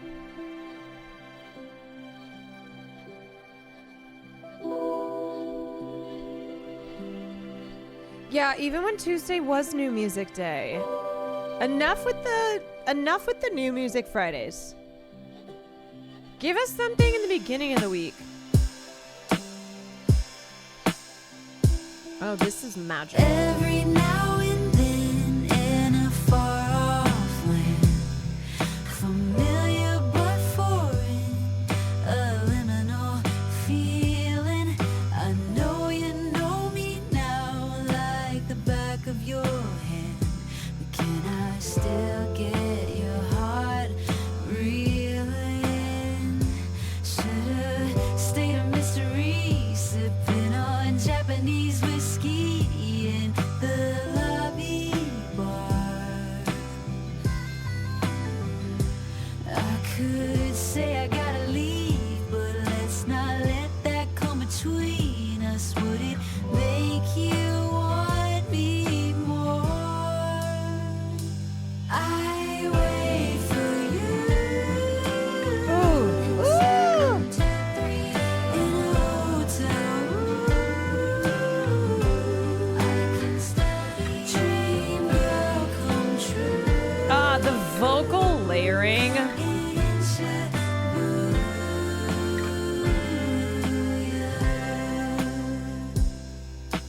Just my silhouette pressed against this view. I wonder, do you miss when having me felt brand new? An elevator ride, slowest of your life. Can you feel how your heart's beating? Hate that you've already seen it. This is my dream girl in Shibuya. Under fluorescent light. She would have loved Japan. Takashita Street came back more kawaii. We could So pretend kawaii. it's our first time. I wait So kawaii. in 723 in a hotel room. I can still dream girl come true. God, that slide.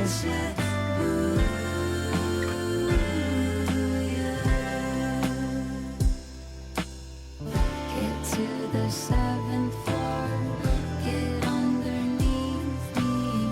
I'm always waiting for you. Knock on my door, baby. Now hold me closer. Watching an anime can always come here. Could always just stay.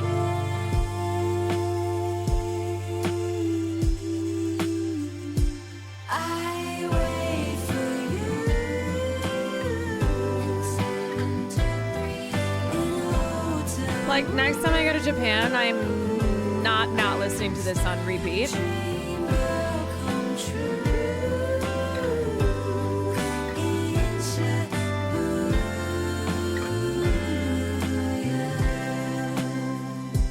I wait for you. 723 in a hotel room. I can still dream will come true. This would hit hard on a bullet train.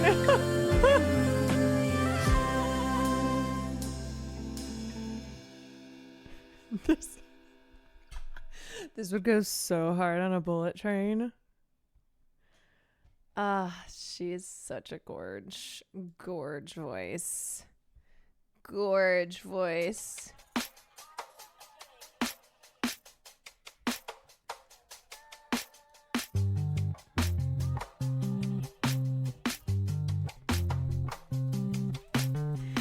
keep telling you the water's fine.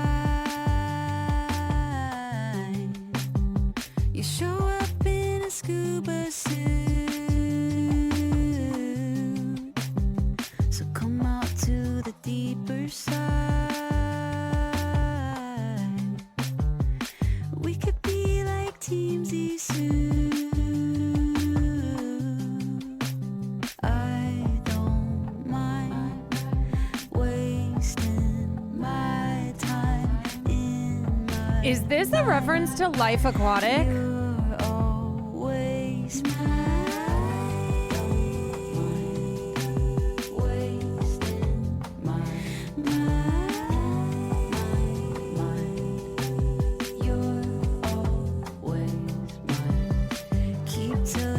Your boyfriend is holding his breath for 5 minutes and will probably die. Well, that's okay because I have a Hayley Williams album. water's fine.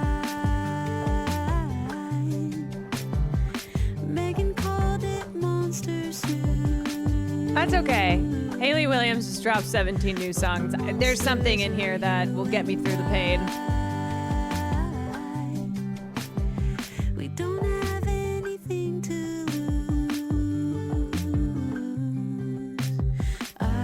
In this line, she's referencing an interview for Close Friends Only with Instagram between Meg Thee Stallion and Glorilla, in which Megan referred to the ocean as monster soup. Ooh, okay, so there's like some references.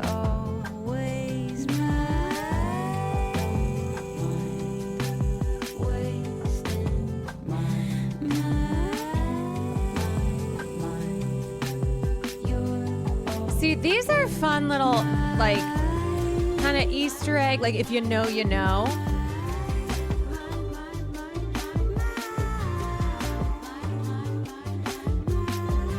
This is how you do it.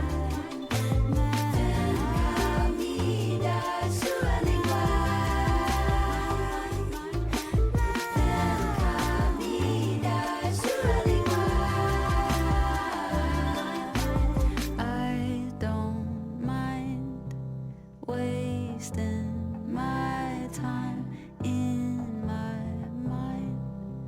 You're always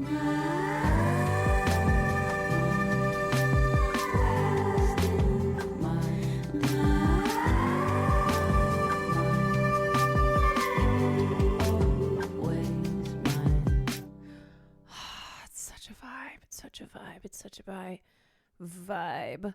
Excerpt from the lyrics of Life on Mars by Brazilian artist Sue Jorge, feature on the soundtrack to the film The Life Aquatic with Steve Zissou. It translates from Portuguese as "Come here, give me your tongue."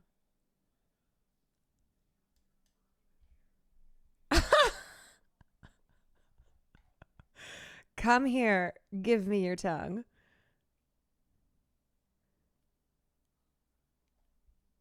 Yeah, no, this is absolutely in reference to Life Aquatic. Okay. What else do we have? We have okay,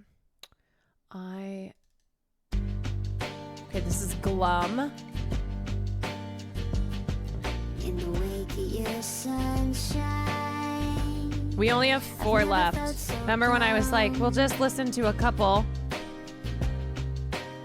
Think I'm made up of moonlight. Don't reach quite as far, but I still show up. Stick around for someone. Stick around till dawn. I wonder, do you ever feel so alone?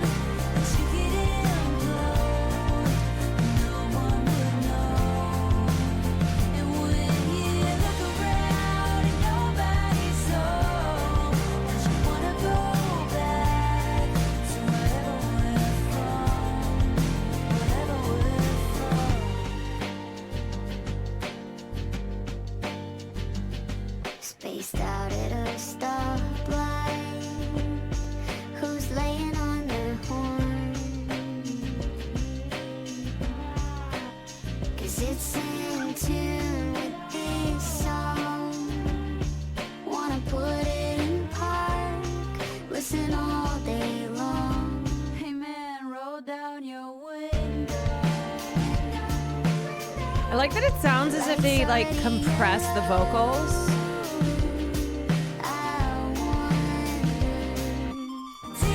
I don't know if that's the right way to describe it. And then it like opens up on the chorus with her voice.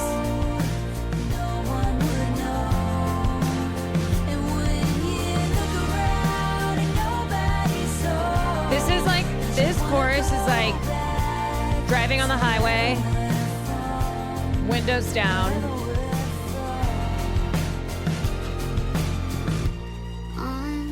Sun setting in the background.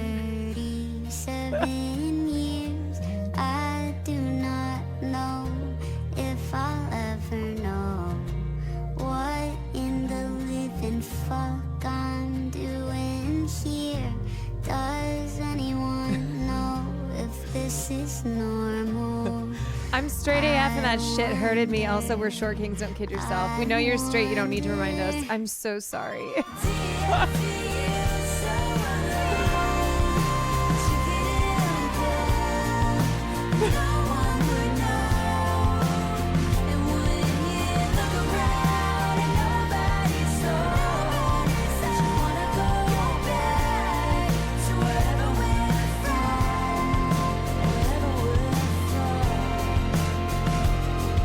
Okay, it is kind of crazy she's straight.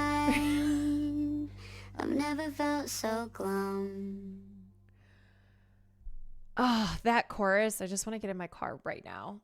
I just want to get in my car right now and drive down the highway. And feel so dramatic. Okay. So that was Glum. We have Whim. We have Blood Bros, Whim, and I Won't Quit You. Okay, let me pull these. So Whim, Blood Bros, and I Won't Quit on You.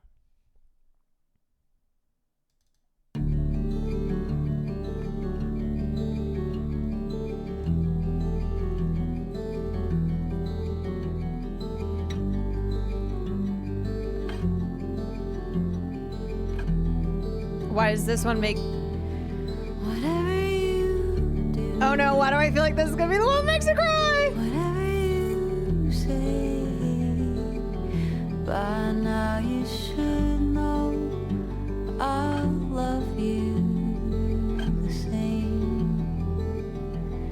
Filled up to the ground, pour a little out each day, till it's not quite empty and we swim just above the drain, till we're just two fishes Zio. flipping on dry land, hook, line, and sinker, covered in sand. Nandre, hold on, we're emoing out. Hold on. Whatever I say, would you come back to get me if you had a chance again? Would you rush to the bottom of my black tie? Would you want me to stop you?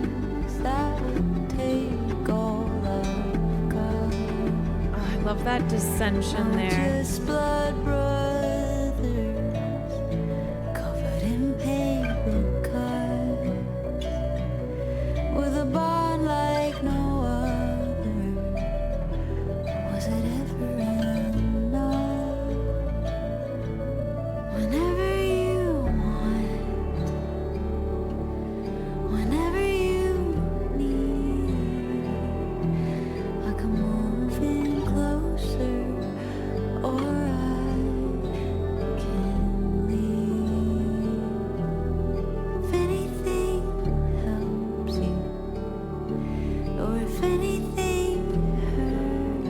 burn this on a CD and loop. Me too. If that won't make it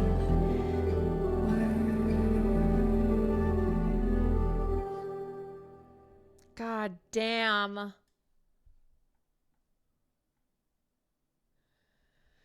You know what? It's like, I'm just sitting here going, I knew Haley was amazing.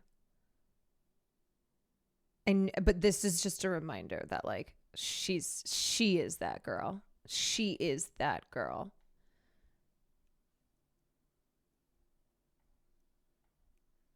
That's that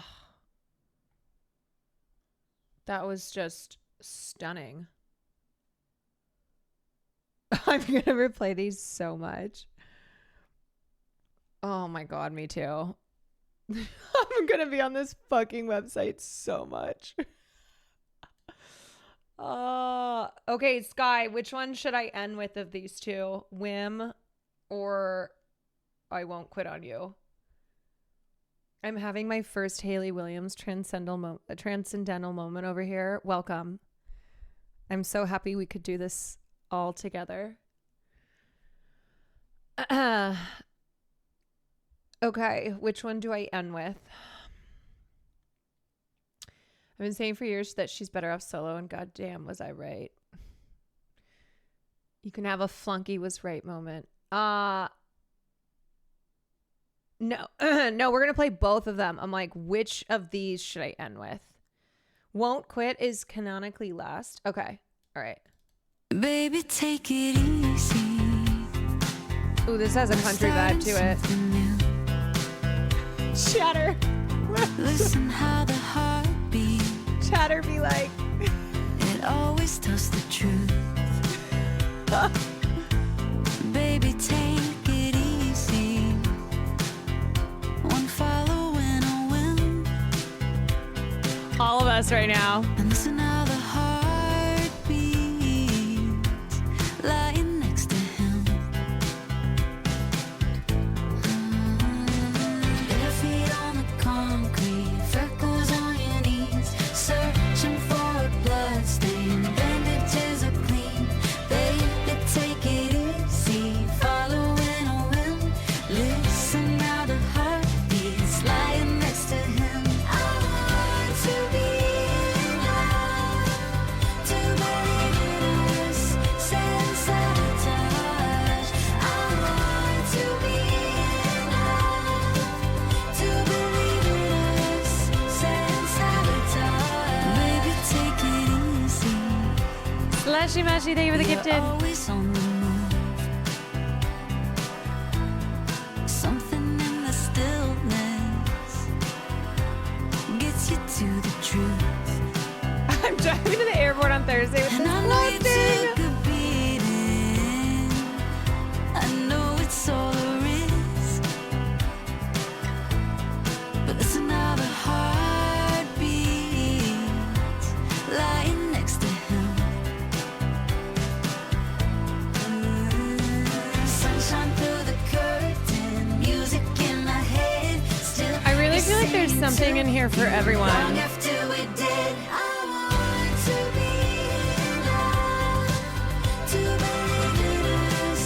Sense sabotage. I want to be in love.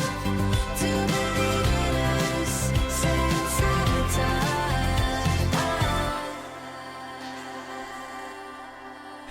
I want to believe in love.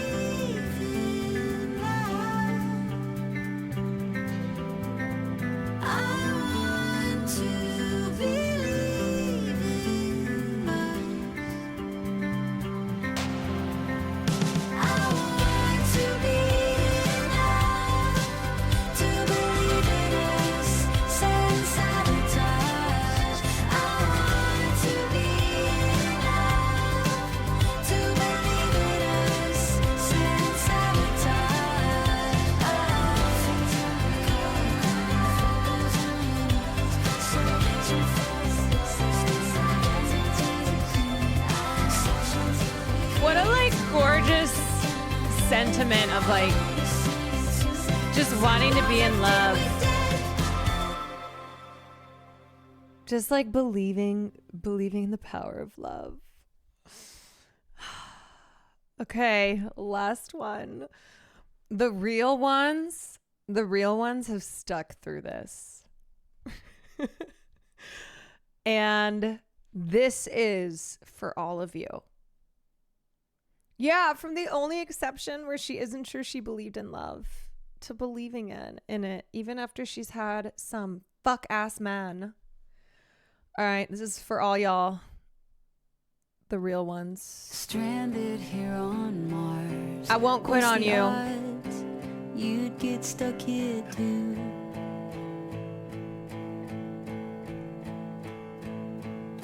It might be a lost cause. Who'd have thought there'd be so much left to lose? Come hell or heaven, angels or devils, I wanna know.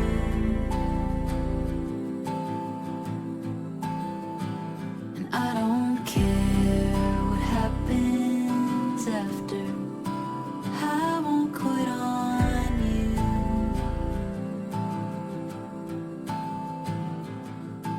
Lonely astronaut, it's gonna cost, but you just can't beat that view.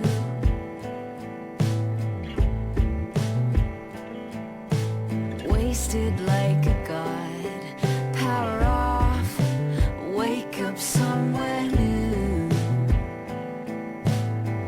Now I'm an alien to you.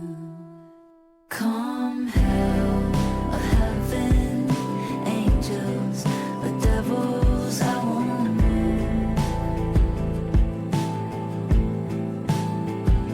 And I don't care what happens after.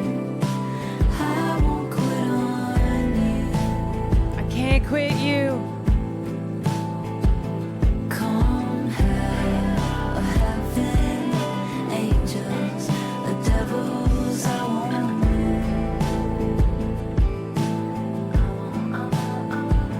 And I don't care what happens after.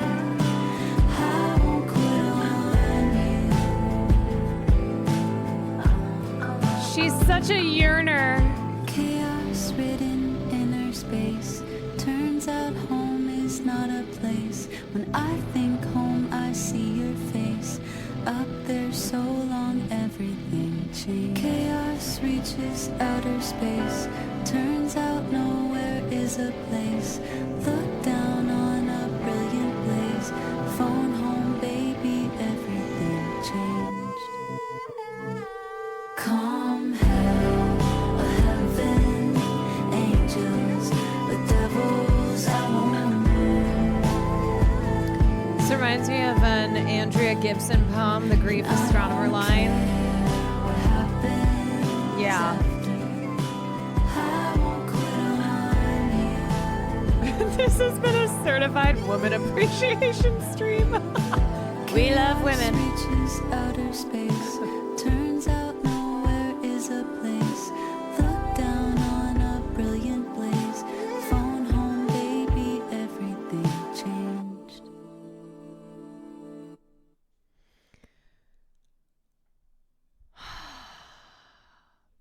Y'all, we needed this. We needed this. It's so funny because like when I went live, I went, okay, two things I need to accomplish. I want to honor Oki, and I have to dishonor Lolo. I have to speak about what happened there. And then I had no plans otherwise. I was like, I don't know. I don't really feel like doing anything else. I don't have anything planned, which y'all know me. I always have stuff planned. And this was exactly what we needed. This was exactly what we needed. What a thank you. Thank you, Haley Williams, for dropping this on us. When we needed you most. And thank you, Sky, for dropping this. Okay, giving us the access code. Music is such a powerful medium. I know, it's the best. There's just music for every emotion that you have. And when you don't have the words, there's always a song. There's always someone who has the words for you. I know, look at how many people we have indoctrinated into the cult of Haley Williams. You know, when we talked before about, you know, not putting people on a pedestal, not being parasocialist, all that goes out the window because we are all in the cult of Haley Williams. We are all officially her soldiers. And when the world needed her most, she window XP'd all of us. Paramore does have a song about that. Paramore has a song for just about everything. Thank you, Caroline, for putting us on. We love you. Look, y'all, I'm just a vessel. Okay? There's a lot of people in this community who bring things in here. And I am simply the vessel. And, you know, whenever we have conversations like we had today, I always like to go back and look at chat because a lot of times it's like moving too quickly. I can't read stuff, or I'm really trying to focus on the words that I'm saying. I have to lock in. But a lot of y'all are super duper thoughtful and have you have a lot of wisdom and a lot of important things to share, and I appreciate you always sharing it here. Why does this stream always get me crying? I'm an unemotional person. Emotions are good. They are. It's good to be able to healthily access our emotions, and I think problems can arise when we don't tap into those. So it's good to have a healthy relationship with the spectrum of emotions. I appreciate the space you make for people to be themselves and feel safe and have good talks. Y'all, I just try to do what I can. I just try to be a good place for y'all, and I love this community, and I love what we try to do here.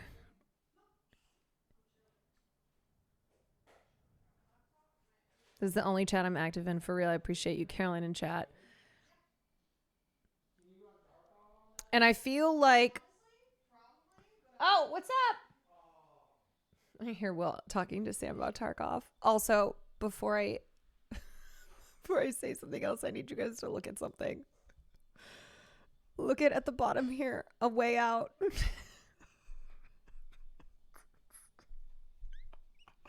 I noticed that while I was looking at the website, and I was like, oh my God, I still have not closed that. Sam, I still have a way out open. I just looked at my I looked at my bar, and I was in the middle of how do I live my life? I don't know, dude. Okay, I just live my life on the edge. All right, watch this, everyone. Look at this. Ready? Here we go. Close window. Oh, it's not even freaking shutting down, bro. Oh wait, maybe it's. Did I actually just put it? I don't know. How long has it been since you shut this computer down? I mean a power outage. Like manually shut it down. What do you mean by manually? Like hit the button that says shut down. I go to sleep. I put it to sleep. Yeah, but like I go sleep. Yeah, but have you ever hit the shut down button before? Like one time, I think. My God. I think I did. Okay. I put it to sleep every night. Goes to sleep. Goes to sleep. How many updates have you missed? I'm always ignoring that shit. I'm like, be gone. Kwan Vods. Kick. I'm pretty full. It was so good. I clean plate clubbed. I'm gonna wrap up soon so we can hang.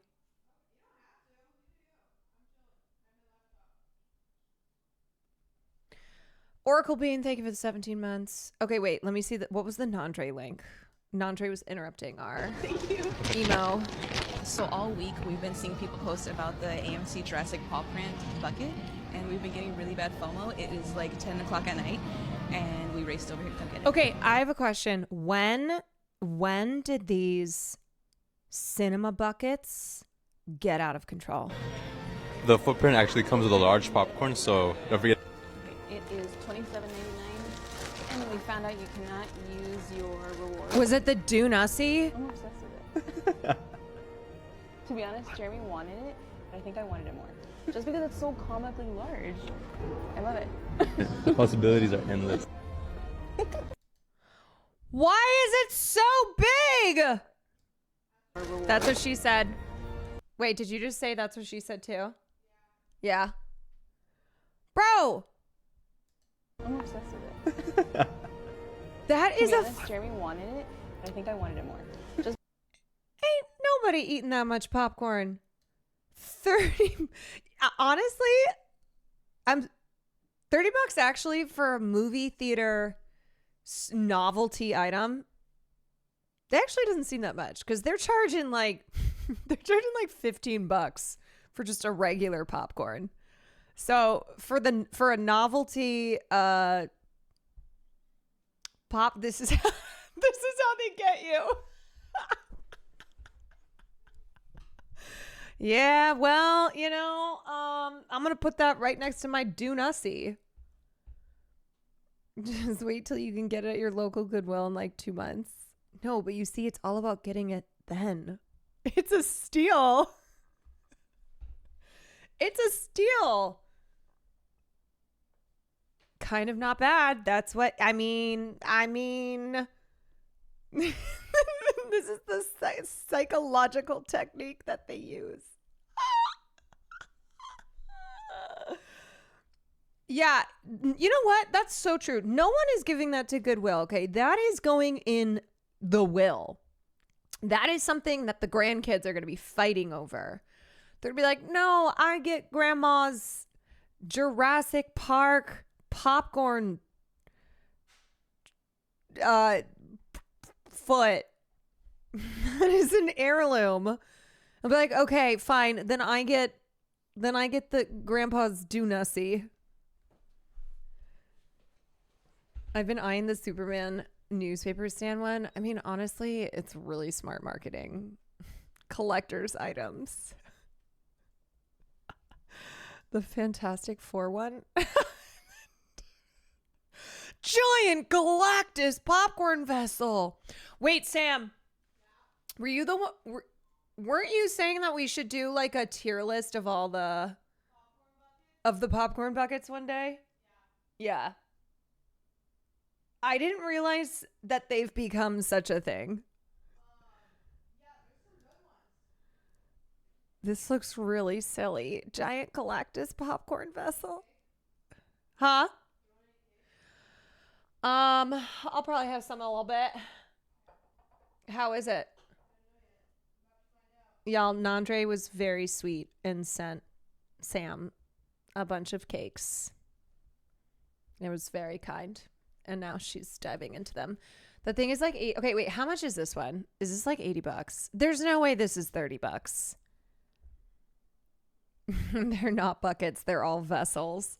Can you imagine going over to someone's place and it's it's like they just have an entire room with these with like various popcorn vessels. And they're like, yeah, that's the do nussy. Yeah, that's right. You can touch it. You can put your hand in it. You could probably drink wine from this. I would put wine in that. I would drink wine out of that. You know? First you put first you ate the popcorn and then you put in an entire bottle of wine. Hey. Some people have full shelves of these. Well, it's like you have your top shelf for one of those fucking cups that the Stanley cups. You're like, this is my Stanley cup shelf and this is my popcorn vessel shelf. We really just love stuff. We just love stuff. Permission to turn it into a bong, Big C? Hell yeah, brother. Bring out the fine china-ass cup.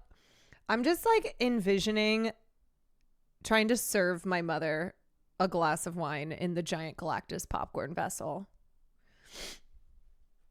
Scootish has 15 of these buckets. I believe that. I do. I believe that Scootish would be a collector of these novelty items. And they sell drinkware. Oh my God, there's no end to it. I'm sorry. This is a $30 mug. This is out of control. Wait, but you can save 15% on your next order. Hell yeah. Wait. Oh my God. Do you want the Smurfs characters tumbler? I know I do. That's what I want to drink my iced tea out of. Like, some of this stuff is just, it's just ugly. I'm sorry. This Pride and Prejudice tumbler, it's giving bridal, it's giving like Midwest bridal shower. Oh, here's the Harry Potter collectible goblet. $90 for 4 shot glasses. Okay, that's insane. That's crazy. You can also collect the goblets. The goblet of fire. Like, this is ugly as shit. Captain America Brave New World Armor 3D tumbler. That's so ugh. This looks like the type of thing that every girl at my college had. Girls at my college were really into Vera Bradley. Is that what it's called? Vera Bradley. And they would get everything.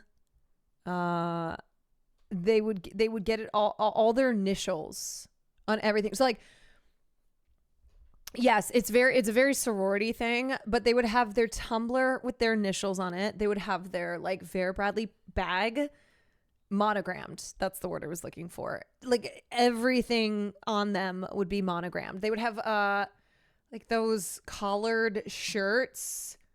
Oh my God, it's sold out. The Wicked Glinda badge insulated tumbler is sold out. No. Not like this, but I need to put it next to my 15 Stanley Cups.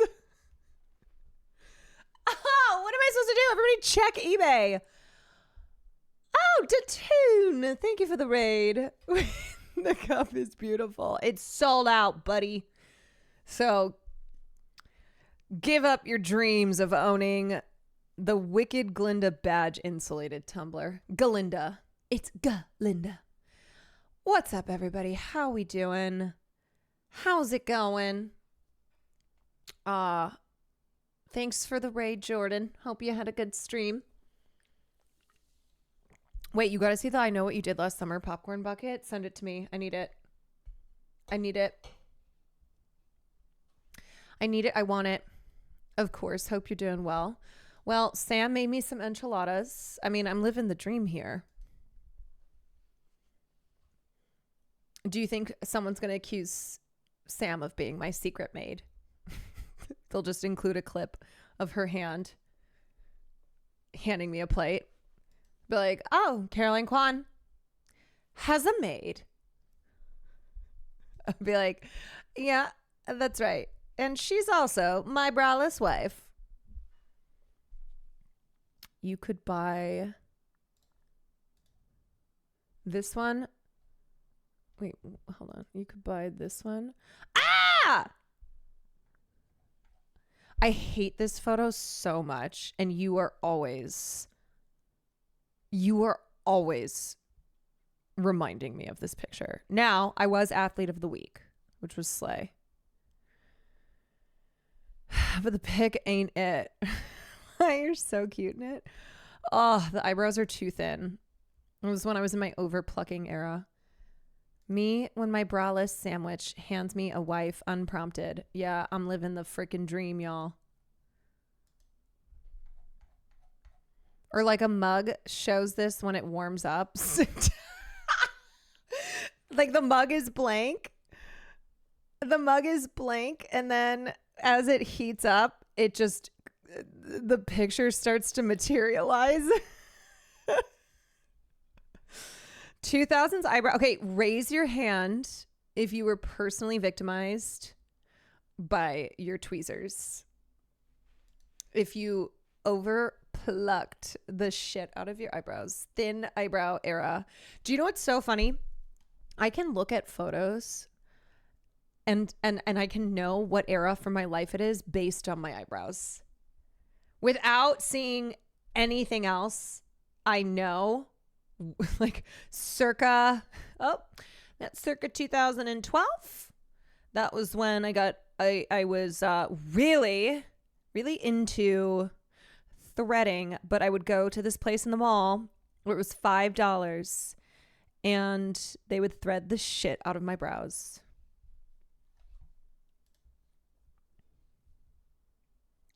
Oh my God, there's so many. Oh my God. The Megan 2.0 head bust with detachable face. Okay, wait, where is the... Oh, this one's actually... I know what you did last summer. It's the iconic tackle box. Okay, this is actually really cool.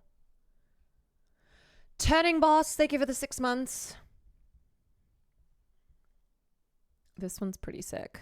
I'm sorry, is this in his ass? Oh, it's the back of him. This one is crazy.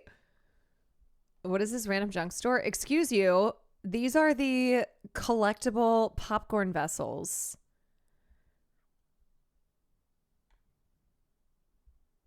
You know what though? I gotta say, nothing tops the Do Nossi. I think that they went kind of cray cray with that one. I mean, this one's wild just because the size of it. Can you check and see if there's a hereditary popcorn bucket? It's just her head. Look at the Herbie. Wait, where? Oh, this one. It's from Fantastic Four. Like, I gotta be so for real. This is not a popcorn bucket, okay? This is just a little robot guy that they stuck Skittles and Twizzlers in. This is just a toy that they're like, yeah, you know what? Shove some Twizzlers in the front of it. You can put 4.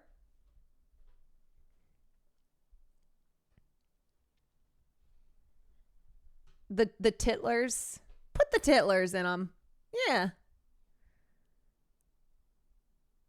The one for Freaky Friday 2 High Key Eats. Okay, they're releasing clever switchable popcorn buckets and we're already obsessed. Soda? No. Popcorn. Popcorn? No. Soda. Okay, but they better not be freaking charging for this size. They better be charging cheaper. Because that is hardly any popcorn. I love soda. Shh. No, popcorn. Oh my God, I love how simple-minded we are as a species. We're just like, Yes, this makes life worth living. The popcorn? No. Soda bucket? I'm in.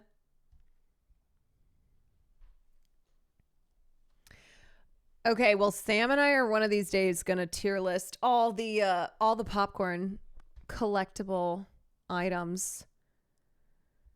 Here's an entire tier list of 2024 popcorn buckets. Perfect. We're trying to decide if we do it on like on the podcast or if we do it on stream one day. It's always the question. Oh my God, obscure leftist. No, not like this. Not like this. Here's your Caroline Kwan Athlete of the Week mug. Merch drop. Should I do my first merch drop? It's a limited drop. It's just this mug. You got to design a bucket for your mom's movie.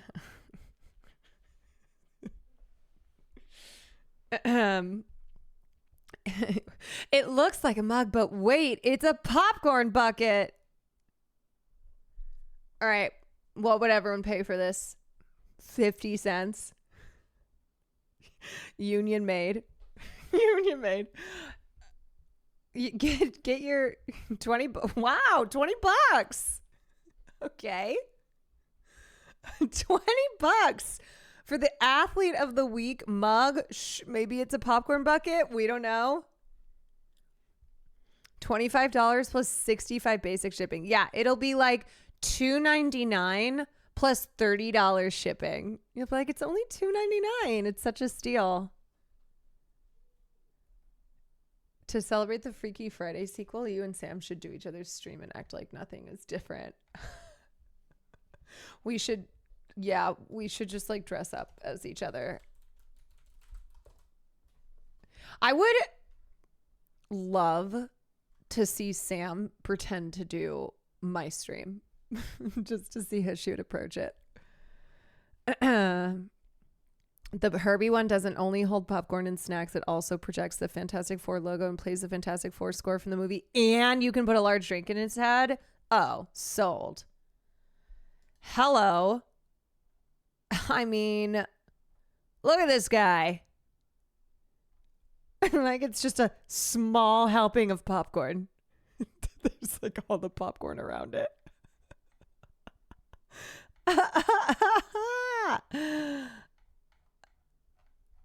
This is, oh my God. This is like the mug you give a grandparent of their grandkid. Yeah, this is like what you give grandma because you just don't know what to get her for Christmas. That's how I should advertise it. I'd be like, don't know what to get grandma for Christmas? Give her the Caroline Kwan Athlete of the Week mug. It's perfect. She can drink her lemon tea out of the mug of someone that she has no idea who it is.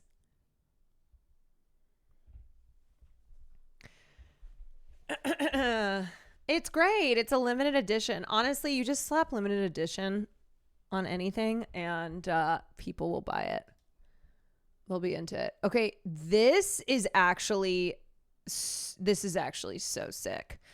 The Alien Romulus exclusive Cinemark Xenomorph head popcorn bucket. Okay, now this I fuck heavy with. Yeah. Hey, yo. Now hold on a minute. Okay, now we're talking. How much is this? 50 bucks? Like, I just love that this shit is being sold on eBay. People buy these things and they're like, okay, great. Turn around and sell it on eBay. I actually did not realize how many of these there are. I'm kind of getting a preview here for when we do our tier list. Pennywise pop, like there's so many. Oh my God. Okay, this the Chucky popcorn bucket, and it's in his skull.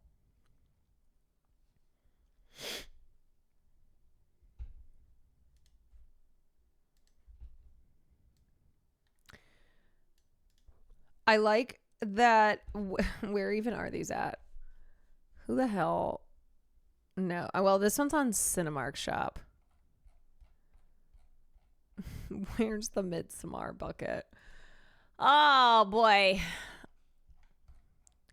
Well, you know, I think if I ever lose my mind, if I'm ever having a little mental breakdown, you may see me purchase every single limited edition popcorn bucket in existence and fill out my entire room of them and then just sit there and be like, well, I've done it.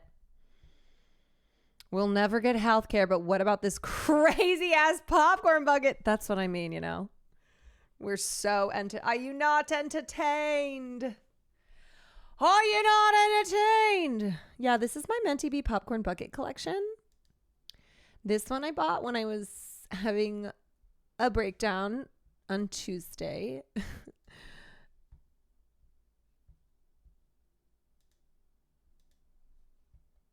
Okay, this one is just like they stuck a...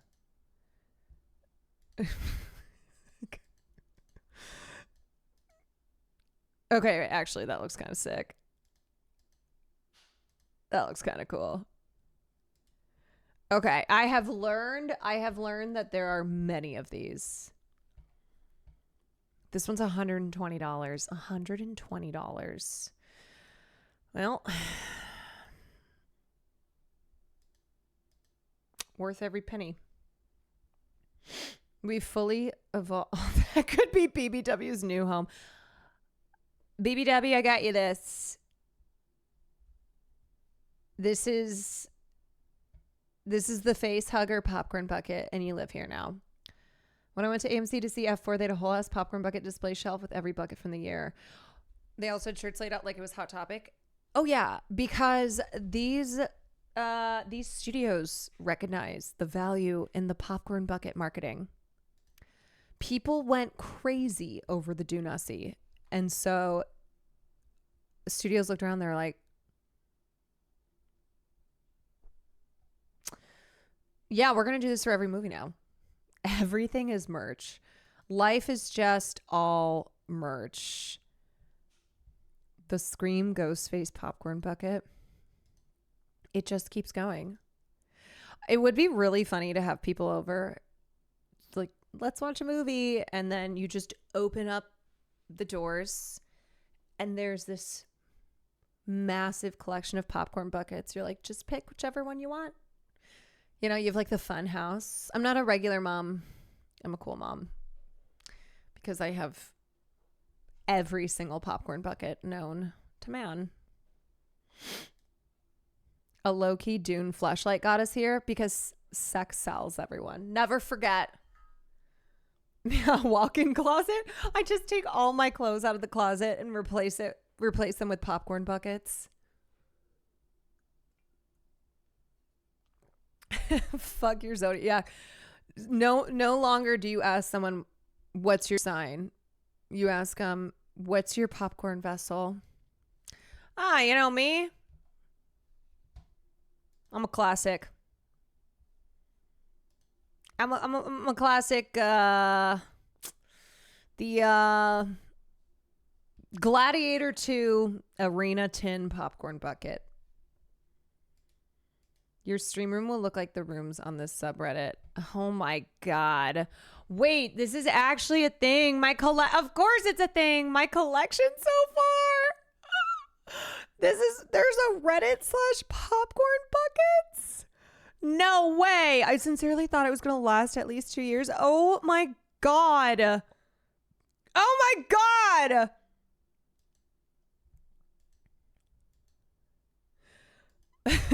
Somebody's like in therapy for having too many popcorn buckets. Hi, Tad. So what brings you in here today? What can we work on together? Yeah, my wife left me because I can't stop buying these fucking popcorn buckets. This, honestly, it's the same energy as the Stanley Cups. Okay, this one's really sick though. The DeLorean popcorn bucket. Come on. Yeah, you people are scumbags. Why? Because they're charging so much for the Irby popcorn bucket. It's a heavy resale market out there. It favors the seller. It does. Oh my God. This is actually so wild. Oh my God, wait, what's the one thing that we have? Hold on.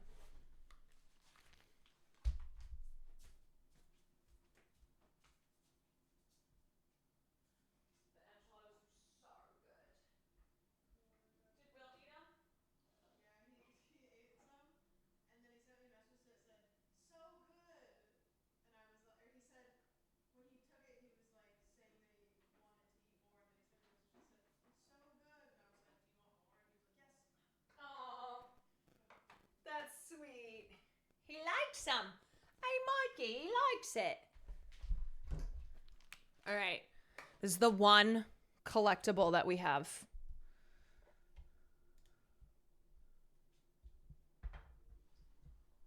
Mother effer. Oh my God. Ah! Glorp. Okay. Look, he's got two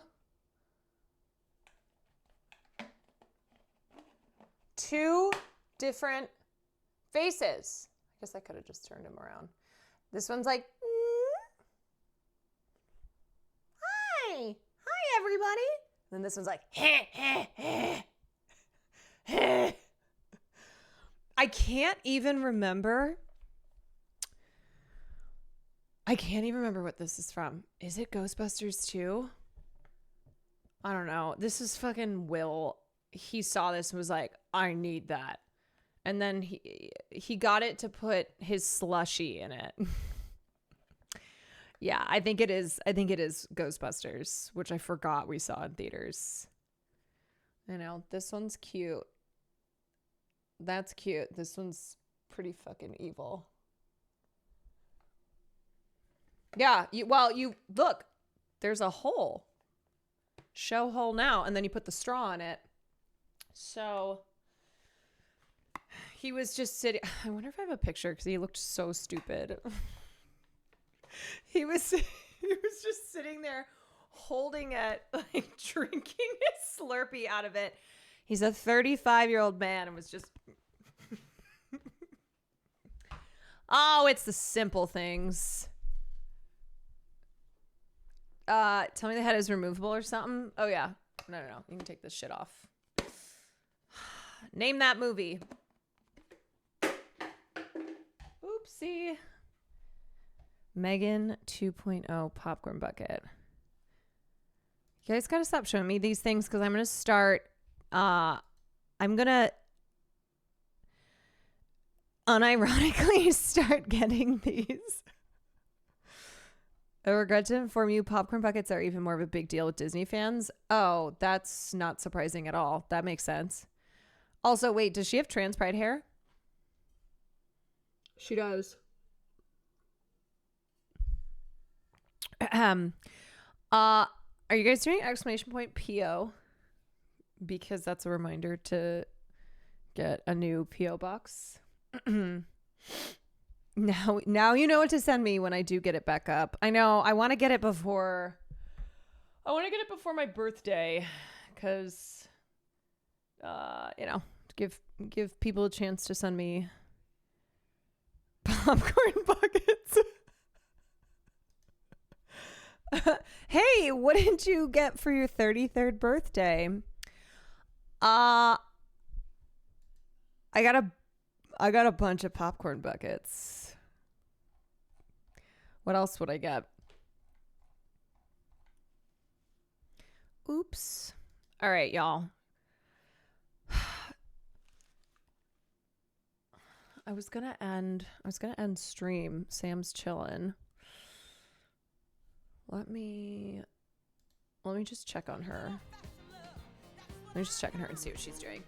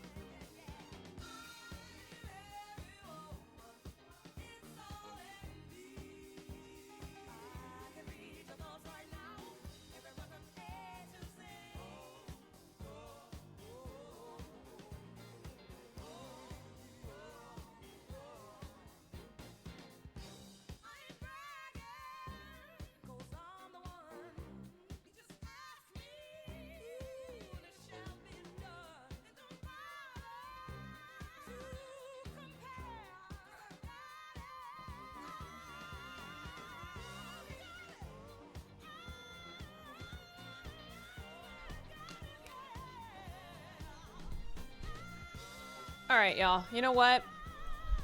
I think that was a good one. That was a good one. I am gonna go. I'm gonna go hang with Sam. Oh my God, me at breakfast about 10 business days from now.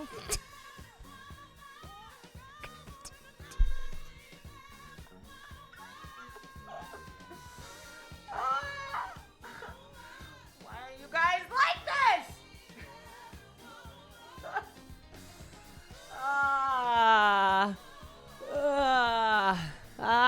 Okay. I think we gotta drop the limited edition Athlete of the Week mug. I think we gotta. We have no choice. Okay, tomorrow I will be back for a regular stream. All right?